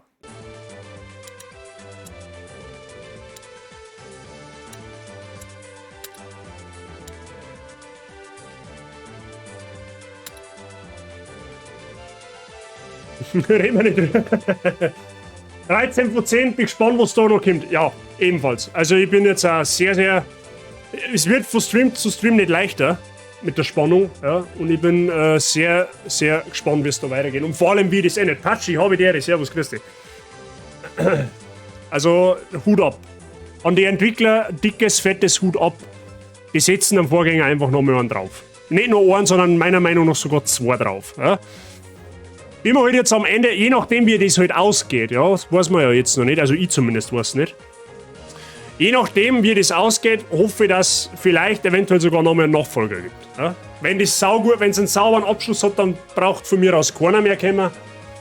Aber schauen wir mal. Ja. Ich glaube, dass wir auch schon stark aufs Finale zusteuern. Ja. Ich weiß nicht, wie ich drauf komme, aber ich glaube, lang haben wir nicht mehr.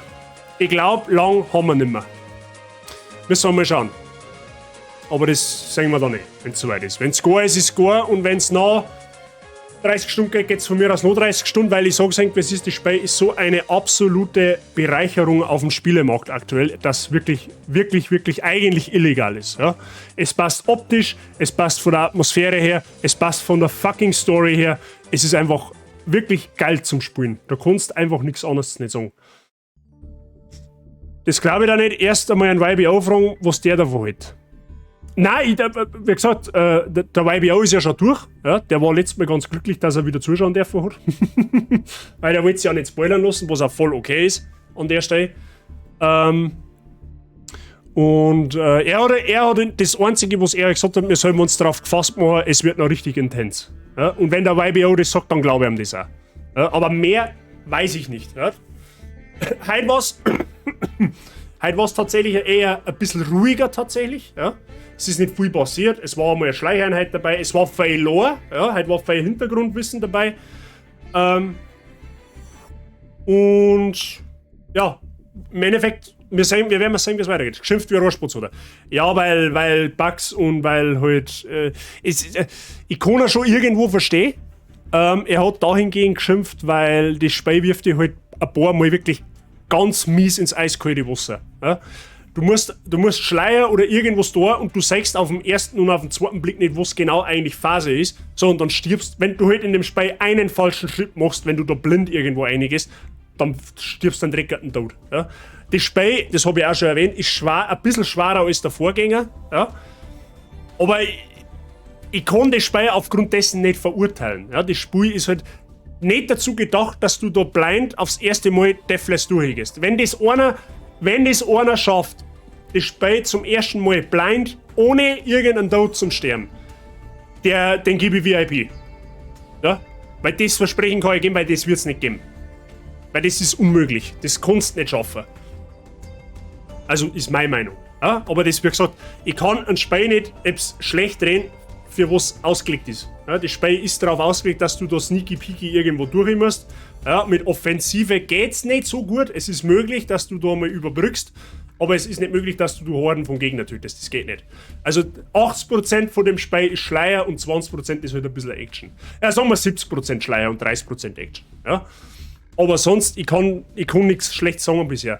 Der eine oder andere Bug, den haben wir auch schon gehabt. Ja, vor allem letztes Mal im Stream, wo sie auf einmal einfach random Schwierigkeitsstufen versteht, wo sie auf einmal statt meiner Controllersteuerung Tastatursteuerung anzeigt, dass sie auf einmal die Sprache umstellt von Deutsch auf Englisch, wenn ihr einen Schwierigkeitsgrad ändert. Das sind Kleinigkeiten. Ja, das sind typische Kinderkrankheiten von jedem Spiel, das wo frisch auf den Markt kommt. Gibt es dem Spiel noch 3 oder 2 Monate Zeit, dann läuft das wie ein Katzel. Da gebe ich einen Brief und Siegel drauf. Oder am Spiel auch rein, dass man Kisten nicht auf 4... ja, oder so. Oder Kisten, oder jammern, dass die Spiel nicht auf in 4K mit 60 Frames läuft. Finde ich immer nur zum Schreien. Ja. Aber wie gesagt, natürlich, man kann die eine oder andere Kritik an... Also ich rede jetzt von meiner Person, okay? Ich rede jetzt nicht von anderen, um Gottes Willen. Am Ende des Tages mir gefällt das Spiel brutal. Auch wenn es manchmal richtig verzwickt ist oder gewesen ist bisher, das kommt aber wie gesagt einfach vor. Ja? Natürlich bin ich auch 3-4 Mal da gestanden, aber hey, what the fuck, was möchtest du das jetzt eigentlich von mir? Ich kenne mich überhaupt nicht aus, verstehe die Frage nicht. Aber es war im ersten Teil so, zwar nicht ganz so krass, as I said, aber that's the game. That's the game. So. Und in meine Augen, ich sag's halt einfach nur mal, ich weiß, dass ich mich da wiederhole, für das Jahr 2022 ist dieses Spiel eine unfassbare Bereicherung. Und es war gut, sage ich auch an der Stelle, dass das Spiel 2 oder 3 Mal verschoben worden ist. Weil nur deswegen kommt das Spiel so, wie es kommt. Mal von den kleinen Bugs abgesehen. Ja, da gibt es schlimmere Sachen. Ja, ich habe schon gehört, es hat Spiele gegeben, die haben überhaupt nicht gelaufen, wenn sie rausgekommen haben. Ja? Hashtag Cyberpunk. Zum Beispiel. Ja? Da hilft mir die ganz geile Grafik und das Gameplay nichts, wenn es nicht läuft. Ja? Und das macht Plague Tale aber. Und das macht Plague Tale verdammt gut. Für das. Okay? Das ist meine Meinung. Jedem das seine. Wenn jetzt einer sagt, ihm hat das Spiel nicht gefallen oder er mag das Kampfsystem nicht oder das System vom Spiel nicht, okay, dann ist er so. Dann werde ich nicht mit dem Finger auf den sagen, weil dann empfindet er das Spiel halt einfach für sich und seine Person nicht passend, dann ist er halt. Es kann nicht jeder das gleiche mengen. So, ja? Ich zum Beispiel mag keine Shooter nicht. Ja? Der andere mag keine Open-World-Spiele nicht. Der andere mag keine Beat'em-Ups nicht. Der eine hört Heavy Metal, der andere hört Ghetto-Rap. Ja, okay. Dann ist halt so. That's life, meine Freunde. Gut. Genug gelabert für heute. Ja? Leidels. Ich sag vielen, vielen lieben Dank fürs Zuschauen. Es hat mich gefreut, dass wir uns wieder zusammengefunden haben. Ich merke, eng taugt das Spiel mindestens genauso gut wie mir. Mir taugt es unfassbar stark. Ich bin so gespannt, wie das weitergeht. Ich weiß allerdings noch nicht, ob ich die Woche noch mal live komme. Das kann ich leider nicht versprechen. Je nachdem, ob ich Samstag zum ersten Mal nach meiner OP ins Fußballtraining, hätte ich schon fast gesagt. Je nachdem, ob ich Samstag in der Früh das erste Mal seit meiner OP ins Tennistraining gehen kann oder nicht, machen wir Samstag eventuell noch am Frühschoppen. Mit diesem hier. Okay? Falls nicht, komme ich wahrscheinlich so schnell nicht wieder online, weil ich habe nächste Woche ich muss nächste Woche das Arbeiten wieder anfangen. Ja? Folgendes am Montag, das schreibt euch bitte jetzt schon mal in den Kalender. Ja? Ich werde es auch auf Discord nochmal ankündigen. Diesbezüglich. Am Montag streamt unsere Frau Semcrowife das allererste Mal live auf Twitch. Da hat es vor einem Dreivierteljahr mal bei mir im Stream einen Satz gedroppt. Ja, wenn ich 50 Follower habe, dann wirf ich einen Streamer. Ja, ich habe mich nicht lumpen lassen, ich habe die Challenge angenommen und was soll ich sagen?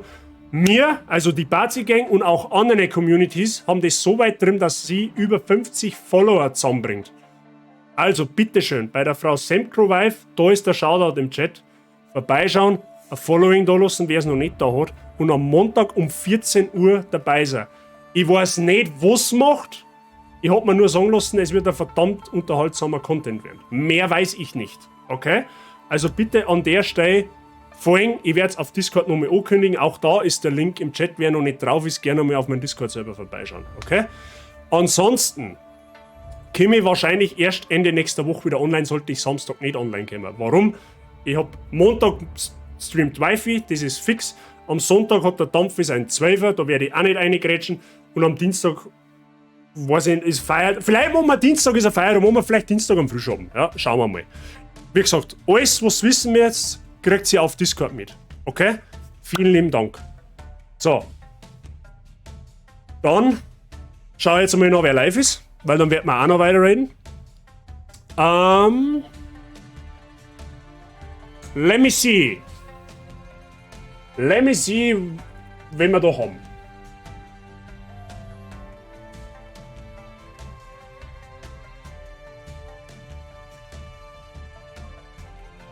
Gehen wir zu Jackie. Ich glaube, da haben wir zu Jackie gegangen, ha? Was sollte man da davon? Jackie war da online, ja. Ich glaube, zu der gehen wir auch.